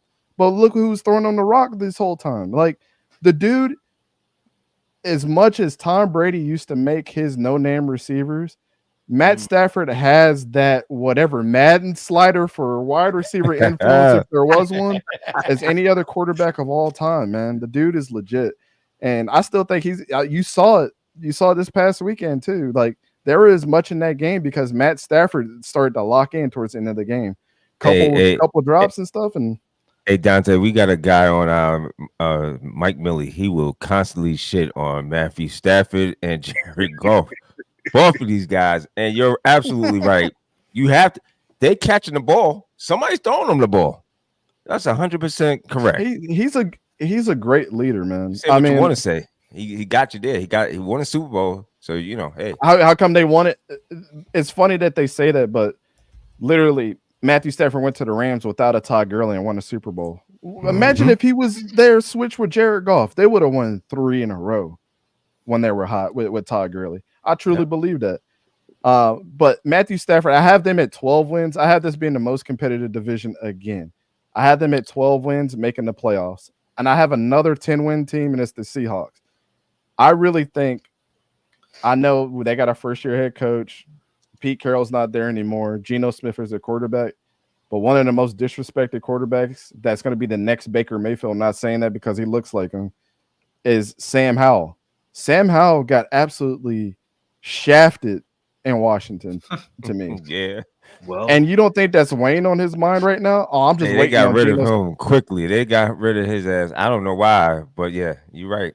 Well, it's He like the used to throw it to Panthers, Terry they did- McLaurin. Terry McLaurin misses him right now. He used to throw it deep and let him go get it. Now you pair him up with 3 or 4 Terry McLaurins on the same team with Kenneth Walker and Zach Charbonnet on this, and an offensive line that's getting better, and their defense was tackling their asses off last week. Like this team is ready to go, and they're just missing the quarterback. And you got the guy that's got a chip on his shoulder. He's just waiting for Geno Smith to mess up. I think it was the smartest move by any team that outside of the Jaguars going to get Mac Jones.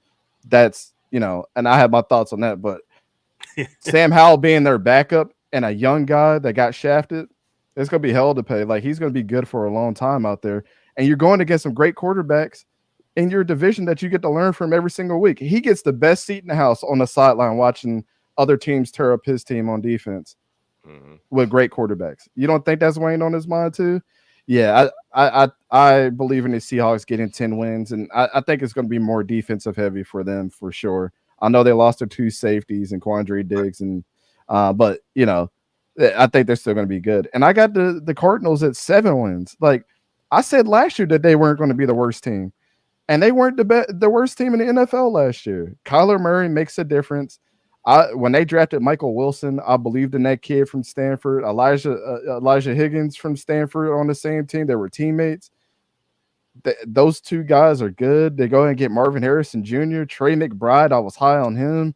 And their defense is forever improving.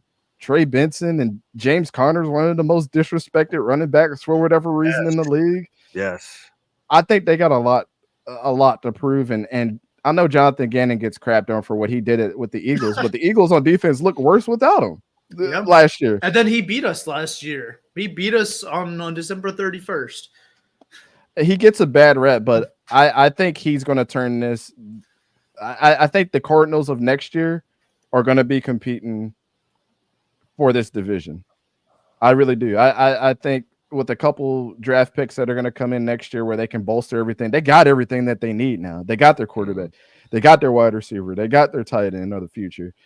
A couple more pieces on that defense to line up with the Buda Bakers of the world and otherworldly guys that are going to come out for this draft. They're going to be competing for the number 1 spot, but they're going to take their lumps this year, 7-10, and people are going to want to be, gunning for Jonathan Gannon's head. But this is one of those things where they got to pump the brakes. It's going to be a lot of close losses this year, and we got to look into the adjustments if we just would have had that one piece. Kind of like, we talked about the Falcons for a little bit. Like the way that Grady Jarrett played after he came back from injury, having a guy like that on your team is a game changer. They don't have that guy right now. They just don't. But when they get that Grady Jarrett type of dude that's going to blow up the middle of the field and help them with the running game against the Kyron Williams of the world that they have to go against and the Kenneth Walkers and the Christian McCaffreys that they got to deal with, it makes a difference. So I got them at 7 wins, man. I still think that this division is like, if you're getting drafted there, you know that you're going to be in the hunt every single year for a playoff spot because these guys you play these guys 9 times or 6 times a year, the other teams that are good. So that's where I got it, man. I love this division. Gotcha. Appreciate that. Khalid, what you got for us on the NFC West? Well, overall, I share very similar sentiments about how strong this division is going to be. I have San Francisco at 13 wins, the Rams and Seattle finishing with 9, and Arizona at 7. They're my strongest division in terms of average win-loss record. And, I mean, there's really – I don't see an argument for how San Francisco won't be the number 1 team on this division when all is said and done. They have a top 2 roster, and – They've had wins over the last few years to prove that they belong in that category with Kansas City, and I think that's going to continue. They're a strong team. They showed that against this Jets team the past week, and as long as everyone stays healthy, I mean, they brought back Brandon Ayuk. That was something that was kind of up in the air for a while. And now that he's back, it's full steam ahead. On offense, defense, you have all of your stars on that side of the ball. They're still productive. They're still forcing turnovers. Having Jake Moody at kicker, that he is a weapon because he's very reliable, especially from longer range. It's good to have a kicker that you can rely on. I know that special teams can often get overlooked, but San Francisco really does have a complete team, like holistically. It's hard to find a roster that's really better than theirs. Even Kansas City's, you could argue that San Francisco has a better roster than them. So then going down to the Rams, I mean, another thing about Matt Stafford, right, is you look at the two best seasons a wide receiver has ever had in NFL history. The first one, Calvin Johnson, right? Who was his quarterback? That's what I'm saying. Matt Stafford. You look at the next best season, Cooper Kupp, Triple Crown, right? Who was his quarterback? Matt Stafford. The only two wide receivers to ever catch for over 1,900 yards in a single season, both of their quarterbacks, Matt Stafford. Stafford never gets his love when that happens either. They're just like, okay. You don't just do that by accident, okay? Mm-hmm. Like I'm not. This is not in any way taking away from the talents that Cooper Kupp and Calvin Johnson are, but let's put some respect on the operator of those offenses' names. It's not NASCAR. The driver makes the car, not the car makes the driver. Right? Exactly. Right. Like Stafford is the one, orchestrating those seasons, right? He's the one delivering them the football accurately, keeping them out of harm's way so that they can stay healthy and play a full season, right? So he's still there, and I know this injury to Puka Nacua doesn't help, but a guy who has a very similar athletic profile and I think has a very similar skill set, who, in my opinion, should be used in a very similar way, is late round draft pick Jordan Whittington out of the University of Texas. The Rams took him. He's very similar in terms of what he can do. He can be used as a gadget player, but he can also be used, to find the soft spot in the zone. Very reliable hands. To me, the resemblance is uncanny.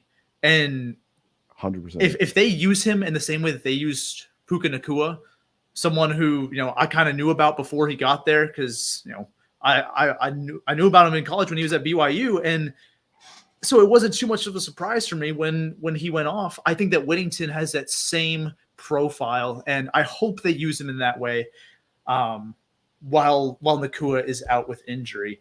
And then Seattle, they need to figure out what to do at quarterback, because the last thing you want to be in, like the last place you want to be in is like a quarterback limbo. You have Kenneth Walker at running back, who is an incredible runner.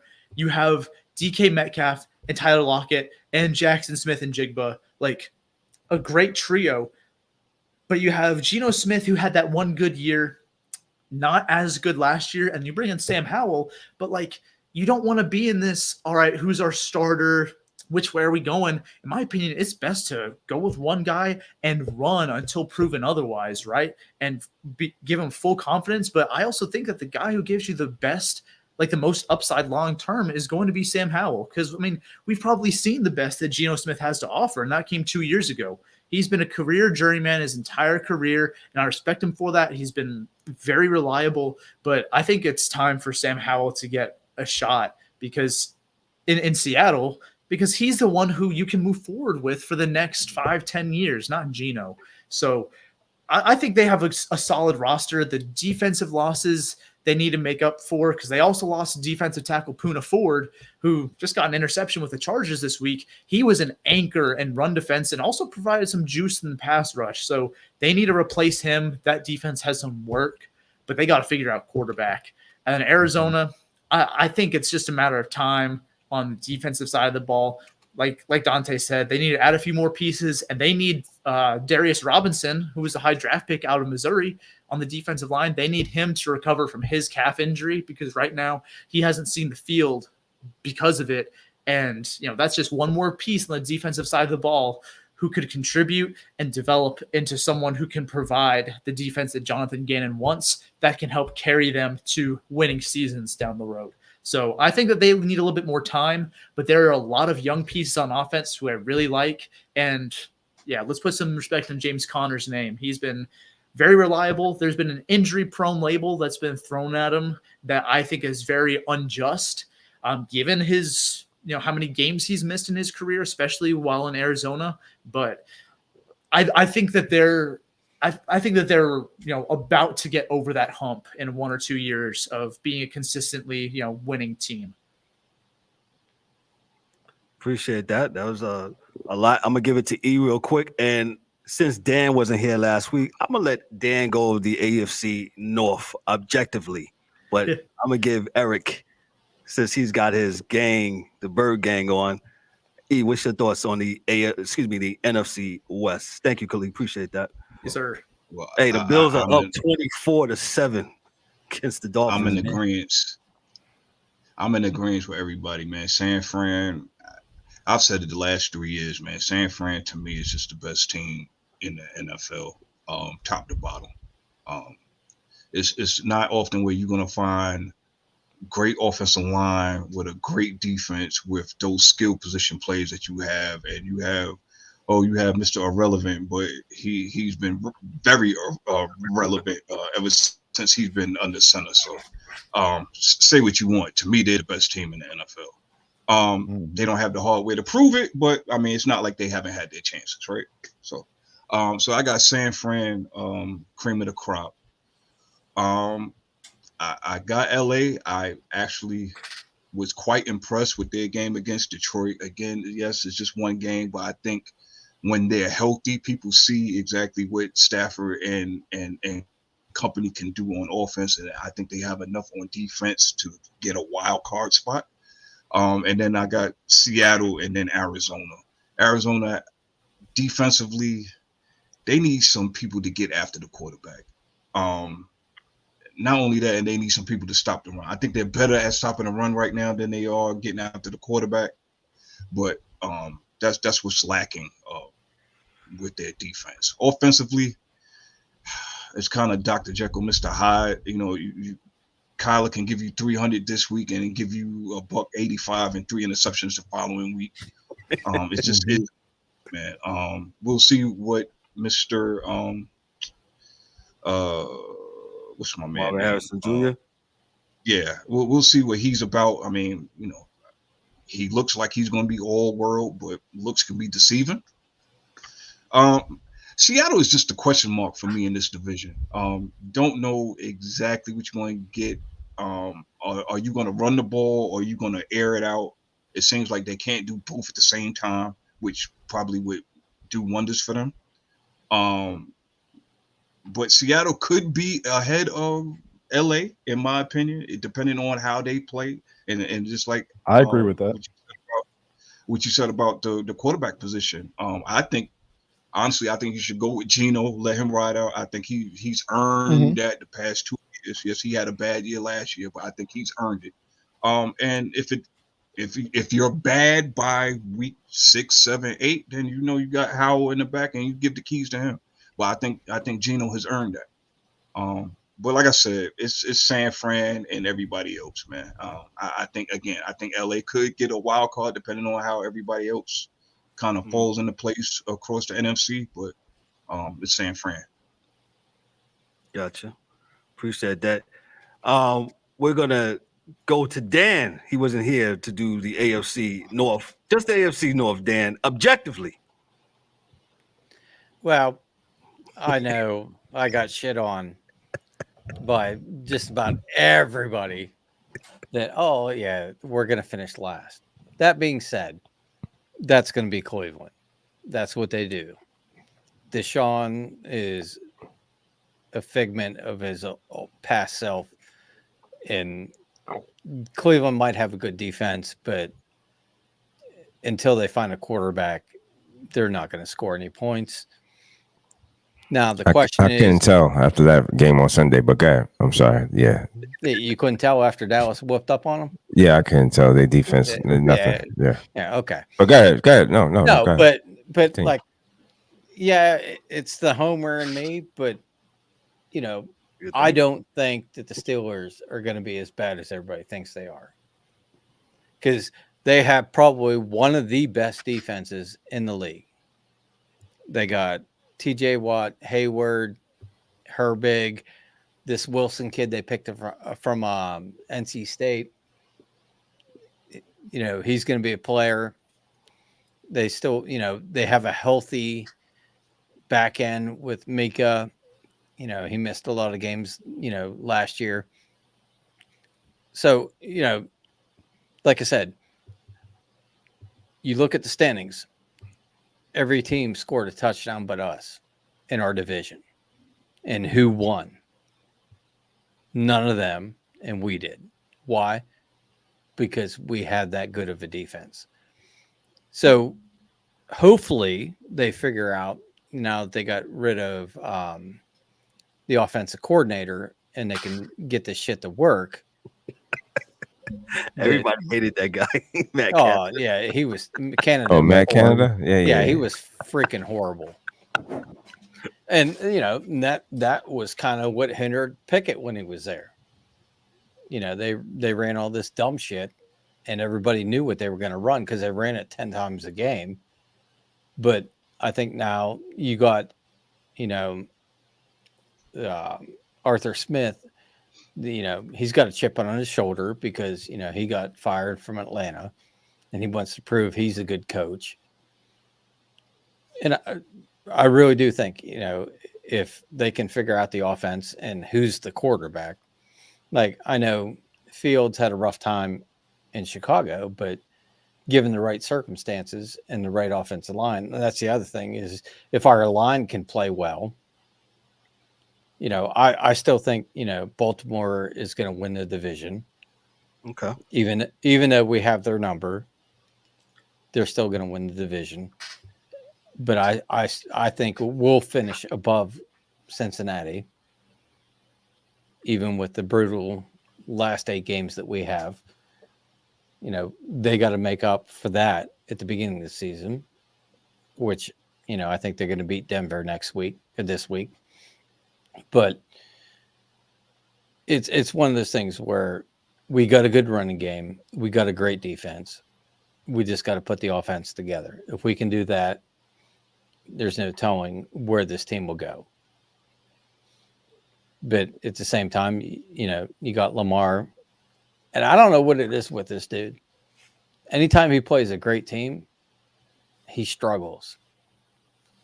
Like you look at last year against the Chiefs in the championship game.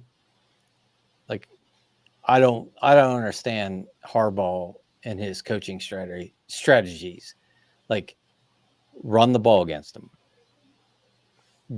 You don't have to have Lamar win the game. Now they got Henry. They should be able to run the ball consistently, but we'll see. But, you know, I say it's going to be Baltimore, Pittsburgh, Cincinnati, and then Cleveland. Oh, okay. And I know I'm wrong, but, you know, that's why I'm the hockey guy, not the football guy. No. You can get off that easy. No. You know, say it with your chest, bro. You was. Yeah. Okay. Thank you.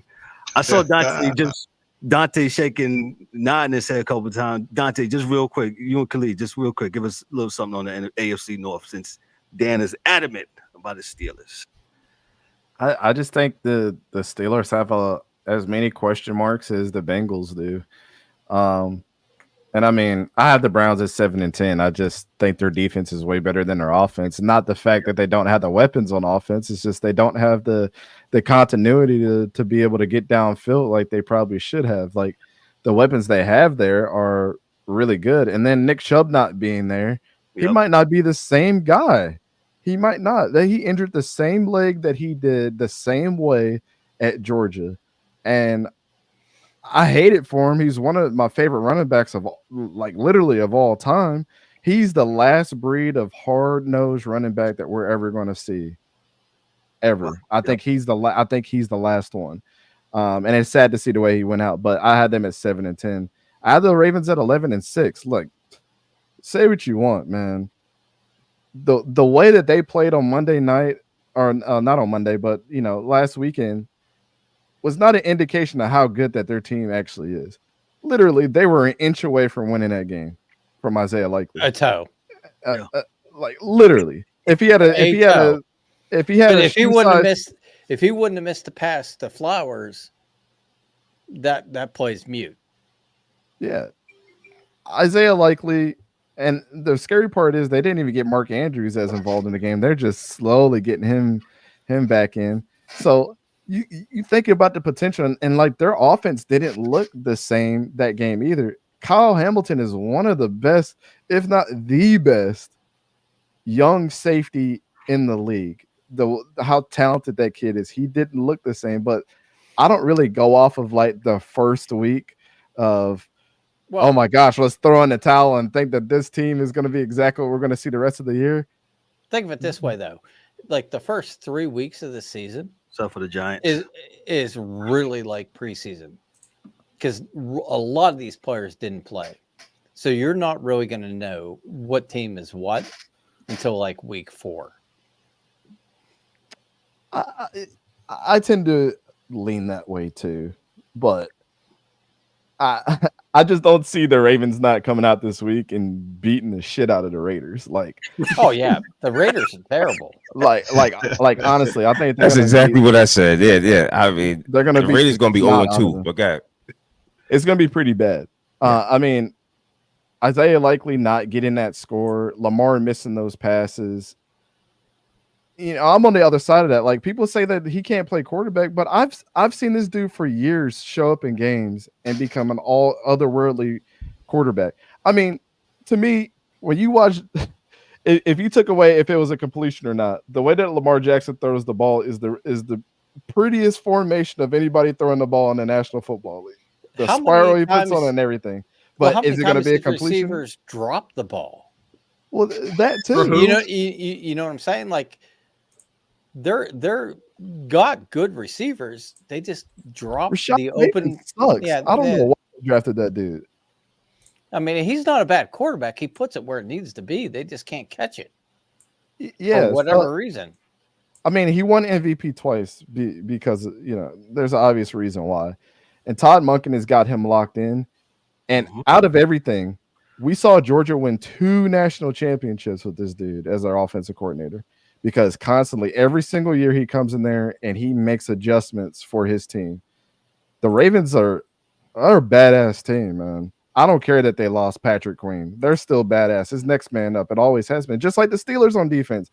It's the next man up. That's why their rivalry is so good. 2 respectable teams, 2 of the best ran organizations in the league, and they go in there and they play each other hard every single year. I just, as much as I like Mike Tomlin, as much as I like their team, at the end of the day, when I had to evaluate this division, I said, whose depth is better? I don't think the Steelers had the depth enough to keep up. They had the starters to keep up with the Ravens, but they're 1 or 2 injuries away from being 8-9. And I think that's what's going to happen. It's going to be an injury here or there that's going to get them at 8-9. And it's not a reflection on Mike Tomlin. It's definitely not. But people are going to be calling for his job, and if he ends up going somewhere else, they're going to be great. I think he's not done coaching, but that's just how it is. The conversations have already been had. But if you look at it, the wide receiving core, who's the best receiver there? George Pickens. Who else? You don't know. That's it. Pat Fryermuth. Is he an otherworldly tight end? I think so. But he's better at blocking than he is receiving. There's not a threat there. Najee Harris, I believe, is going to get traded by week 8. I really don't think he wants to be there. He wants to be back on the West Coast. That's where he's from, and he's already said that he's going to Alabama. Yes, he's going to want to be on the West Coast somewhere. I can already foresee that happening. Jalen Warren's the next man up. Do I think that he can anchor their team without a Najee Harris? I don't know, but I don't think so. Their offensive line is young everywhere. I don't think they're ready for it. Then you go to the defense. I think, that's where the best part of it is. But I don't think in today's game, it's not like we got to get out of the mindset of the 2000, 2005 defensive teams like the Ravens that can come in there and win championships. It's not like that anymore. You know why? Because your running back position is way too dynamic now. It adds a different complexity to what defenses have to deal with. They didn't have to deal with this in the past. I know we just talked about Nick Chubb being that old school running back. The But last none one. of these teams had to deal with the Jameer. You try to tell me Jameer Gibbs playing in the 2000 against the 2000s Ravens? Come on now. Like even Ray Lewis said himself, I had trouble against Fred Taylor and Maurice Jones-Drew because Maurice Jones-Drew was kind of the new school. Like, I'm going to catch it out the backfield. He said, those dudes gave us problems. I love what the Steelers have. I just don't. And I love George Pickens, man. I love that dude to death. I wish he was on another squad. If he was paired, like, for example, I want him to go to the Cardinals because I thought that he would have gave the best dynamic for their team in the blocking and receiving game for a dude like Kyler. And he doesn't talk that much. He just goes out there and tries to perform. That's just I don't know. That's just how I feel about the Steelers, man. But the Bengals are the other one. I had them in third, tied with the Steelers. I don't know what Joe Burrow is going to do. I'm not as high on Joe Burrow as everybody else. I get the dude has talent, but Jamar Chase is there. Joe Mixon is not there anymore, who I think was whenever they had successful teams, Joe Mixon ran for 1,000 yards. You've taken that away, and now you're going to depend on Zach Moss and Chase Brown. But and we all know Cincinnati will not pay anybody. Yeah, their cornerback room is still suspect. Their front seven is still the best thing about that team, and I think they're just middle of the road. I don't know. Yeah, 500 ball club. 500 ball club. They literally y'all see how they have to walk to their practice facility that's under a bridge in the middle of the hood. They got to walk from their facility across the road in their cleats to get to their practice field. And it looks like a high school practice field. Well, they were showing Burrow the other night Poverty-stricken taking NFL. his right hand. Like he couldn't pick shit up. Yeah. What the hell? Yo, man. Poverty-stricken NFL team. They do. That's nasty work, man. People Yeah, walking out the nasty facility work, on for their real. field. They got to walk Very across the way, drop a couple of coins off to the crackhead, and then put on their cleats when they get on the And field. hope they don't get hit by a Like, car. It's nasty work, man. Yeah, bro. Yeah. Oh man, listen, we had a ball tonight going over the NFC in the National Football League, and for the sake of Dan, the hockey dude, the AFC North, because Dan has some words for us, man. But hey, we had a blast tonight. Yeah. Thanks for all those that still tuning in. Looks like the Dolphins and the Bills are going to halftime. The Bills up 24-10. Part shots real quick, and we're going to get on out of here. Again, much thanks to my friends, to the East Coast Gridiron Podcast, man. Thank you guys to Dante and Khalifa coming on tonight and hanging out with us for 2 hours, man. Guys, much blessings to you. Thank you guys, man, so much. Sure. Appreciate y'all, man. Like I said, anytime I call Dante, he says, hey, I'll be there, man. So again, thank you. And like I said, these guys know football. Y'all hear them how they break it down. They know it. They watch the film for sure. And like Great stuff. I like what Dante say, man. You know, some of these talking heads that got money and that got all these production around them, they still don't speak. They just be saying some of the glossing points, and they really don't know, man. And that's what infuriates me sometimes. And shout out to East Coast Gridiron, where they do know, where they do study, where they do give you the right information when it comes to football. They 100%. All think football, man. So hey, it's like I told you, Kev. Like no matter what the evaluations I've done, the people that come back on our channel are negative speak about the same players that I was wrong about, and it's only a handful of them. And me and Khalid were just talking in our Discord about this. But it's hard for them to say anybody else because the list is too damn long for them to remember how many people that I was right about. Mm-hmm. So I'd rather be wrong by myself than in a group of other people that are a bunch of idiots that are on the agenda from their network. The good thing about us owning our own stuff is I don't have to listen to another boss that tells me you got to get this click-worthy thing. Like, that's why people get mad on our predictions. I have no hate towards your team. I'm a Jaguars fan. I said we're going to win 7 games this year. Do you think I'm going to be honest about your team too? Absolutely. But it's no hate, man. I just want to see good football at the end of the day. That's what we live for, right? Like exactly. when USC went out there and played the ball game that we and had a great defense their first game out, me and Khalid and the rest of it was like, oh man, this is great. We want to see a good USC team. It makes football better because these are the cornerstones of our sport, right? So But yeah, man, I just wanted to throw that in there because you know me, Kev. Like I'm gonna say what I want to say, and it's not digging. It's just people just gotta tell, just like the Colorado fans. Colorado is not Colorado fans. These are Coach Prime fans, man. And when he leaves, I'm gonna feel sorry for that program. That program's going down, bro. As soon as this kid graduate there, he's done. Yeah, it's gone. This is temporary for that university, and I hate it for the real Colorado fans that were in that stadium when they were 1-11, when they were the worst team in college football. So, but I'm gonna say it like it is, and everybody's gonna be like, "Oh, you're an Uncle Tom. You don't know what Coach Prime's about." Brother, whatever. I'm not looking at the skin color, man. Listen, Dante, it's funny you said that. Joe Klatt, who's a Colorado alum, who was on the the bandwagon, all that stuff. All of a sudden, I listened to him on the Herd. The other day, I was like, you have come to your football senses, there, sir, huh? I love Joe Klatt. He'll call it like it is too. But he was kind of being a homer. Yeah. I'll give him that.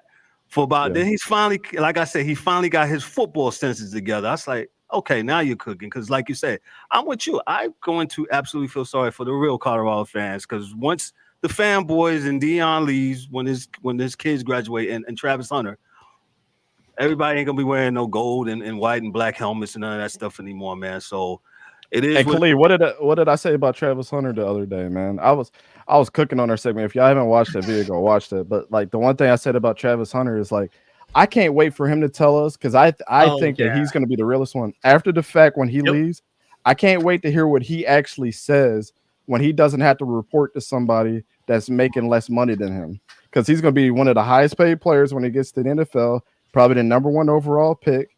And the thing that I feel the worst about him is he could have been at Ohio State. He could have been in Alabama winning national championships and cementing his legacy as a guy that got us to a national championship and not a guy that got us here because of the hype. I hate that for him.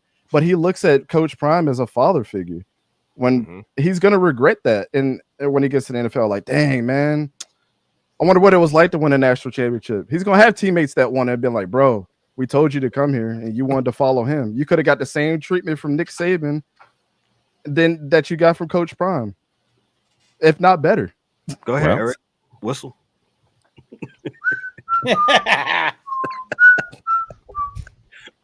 We got to get out of here. Parting shots. I'll give it to Eric since he was whistling. What you got for us, Eric, before we get out of here? Yo, man, great show.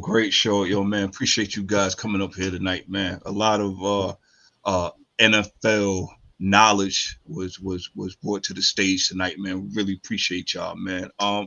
Yo, man, nothing heavy, man. It was another Sports Chasers Thursday, man. Yo, thank you for everybody that tuned in. Everybody that commented, all that good stuff, man. Yo, man, everybody be safe, enjoy your sports, man, and we'll see y'all Monday. You got it. D-Dubs, what you got for us, bro?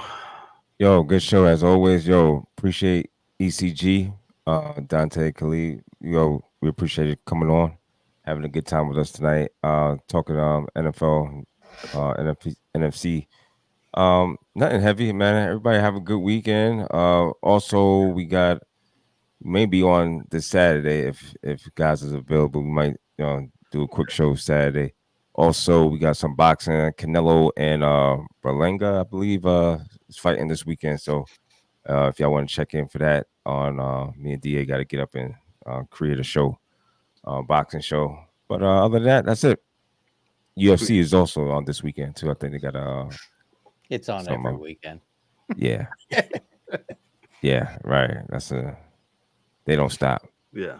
Appreciate you, D-Dubs. The hockey dude, the toxic one, Dan was on fire tonight. Dan, what you got for us, man? Nothing real heavy. I appreciate you guys, Khalid and Dante, coming on. I do want to give a shout out more of, a somber thing to Johnny Gaudreau and his brother Matthew. Oh yeah. That passed away. And it's last week. It's just so sad that Johnny Gaudreau's wife is pregnant with his child, and it's hard to wrap your head around. But thoughts and prayers go out to their family as much as we can do. But how we're going to move on to brighter and healthier things. How's the poll going for this past week? You're in the lead. This is nasty troll work, Dan. That's all I'm gonna say. Nasty troll. Yeah, that's some nasty work. Right after thoughts and prayers, this guy goes. Hey, I just got. Hey, when the hockey guy does well in the football poll, This guy's you got to toxic, speak man. up, right? But nah, man. I hope everybody has a great weekend. Be safe. That's all I got. Appreciate that. Khalid, what you got for us before we go? Pardon shots, brother. Thank you for coming on, man. Thank you so much, man. Yes, sir. Yeah, bro. Hell no. Thank you guys for having us here. And Dante, thank you for not just, inviting me to join you with these guys, but, I know that y'all been able to work with Dante probably a little bit like before I did, but Yes. Dante did a great job at just welcoming me and just looking out for me as I've gotten they're used to this kind of new setting for me. And yeah, I respect all you guys and thank you for having me here. It was a blast. I enjoyed talking ball with you guys. So. Gotcha, man. And we're the sports chasers for a reason. So it looks like I'm going to have to get you back for soccer day. I see you got the Messi jersey. Oh yeah. Back, man. So yeah, I'm in South Florida, man. So I've been able to go to a couple of the Inter Miami games. I got a dude down here. He actually has the Inter Miami podcast for the soccer team down here, and his name is Jay. Okay, man. Good people's man. And the next time we have some soccer thing, I'm absolutely going to reach out to you, man, and get you on, man. So appreciate you there, Khalid. And I guess go Eagles because you're going to kick the Giants' ass. Yeah, congratulations on the NFC East, man. Thank you. Still a long year ahead, though. Yeah. Nah. Yeah. I don't believe in the Giants. Do you God believe? bless you, man. No, I don't believe. Last but not least, my main man, Dante, man, what you got for us, man? Yeah, man. Always appreciate, anytime I get to collaborate with anybody. It's truly a blessing when, you get people that understand the sports and not talking about nonsense and, understand that this is entertainment at the end of the day. And all these guys are human too. And that kind of going to lead me over to, Ricky Pearsall. I'm glad that he's all right. We got to interview him like this past Senior Bowl. Nice. So we hated hearing what happened in the news with him. He's such a down to earth guy. And, hopefully he gets to come back here in the next couple of weeks and absolutely balls out. That's another guy for the 49ers. I know we hate that they're so good, but when he gets back, it's just another weapon added to the arsenal. Piece. So, yeah. And, many minutes going to be played for him too. So he might be wearing the same watch during the game that they were trying to steal off of him. I'm going to message him now. I'm like, wear the same watch, bro.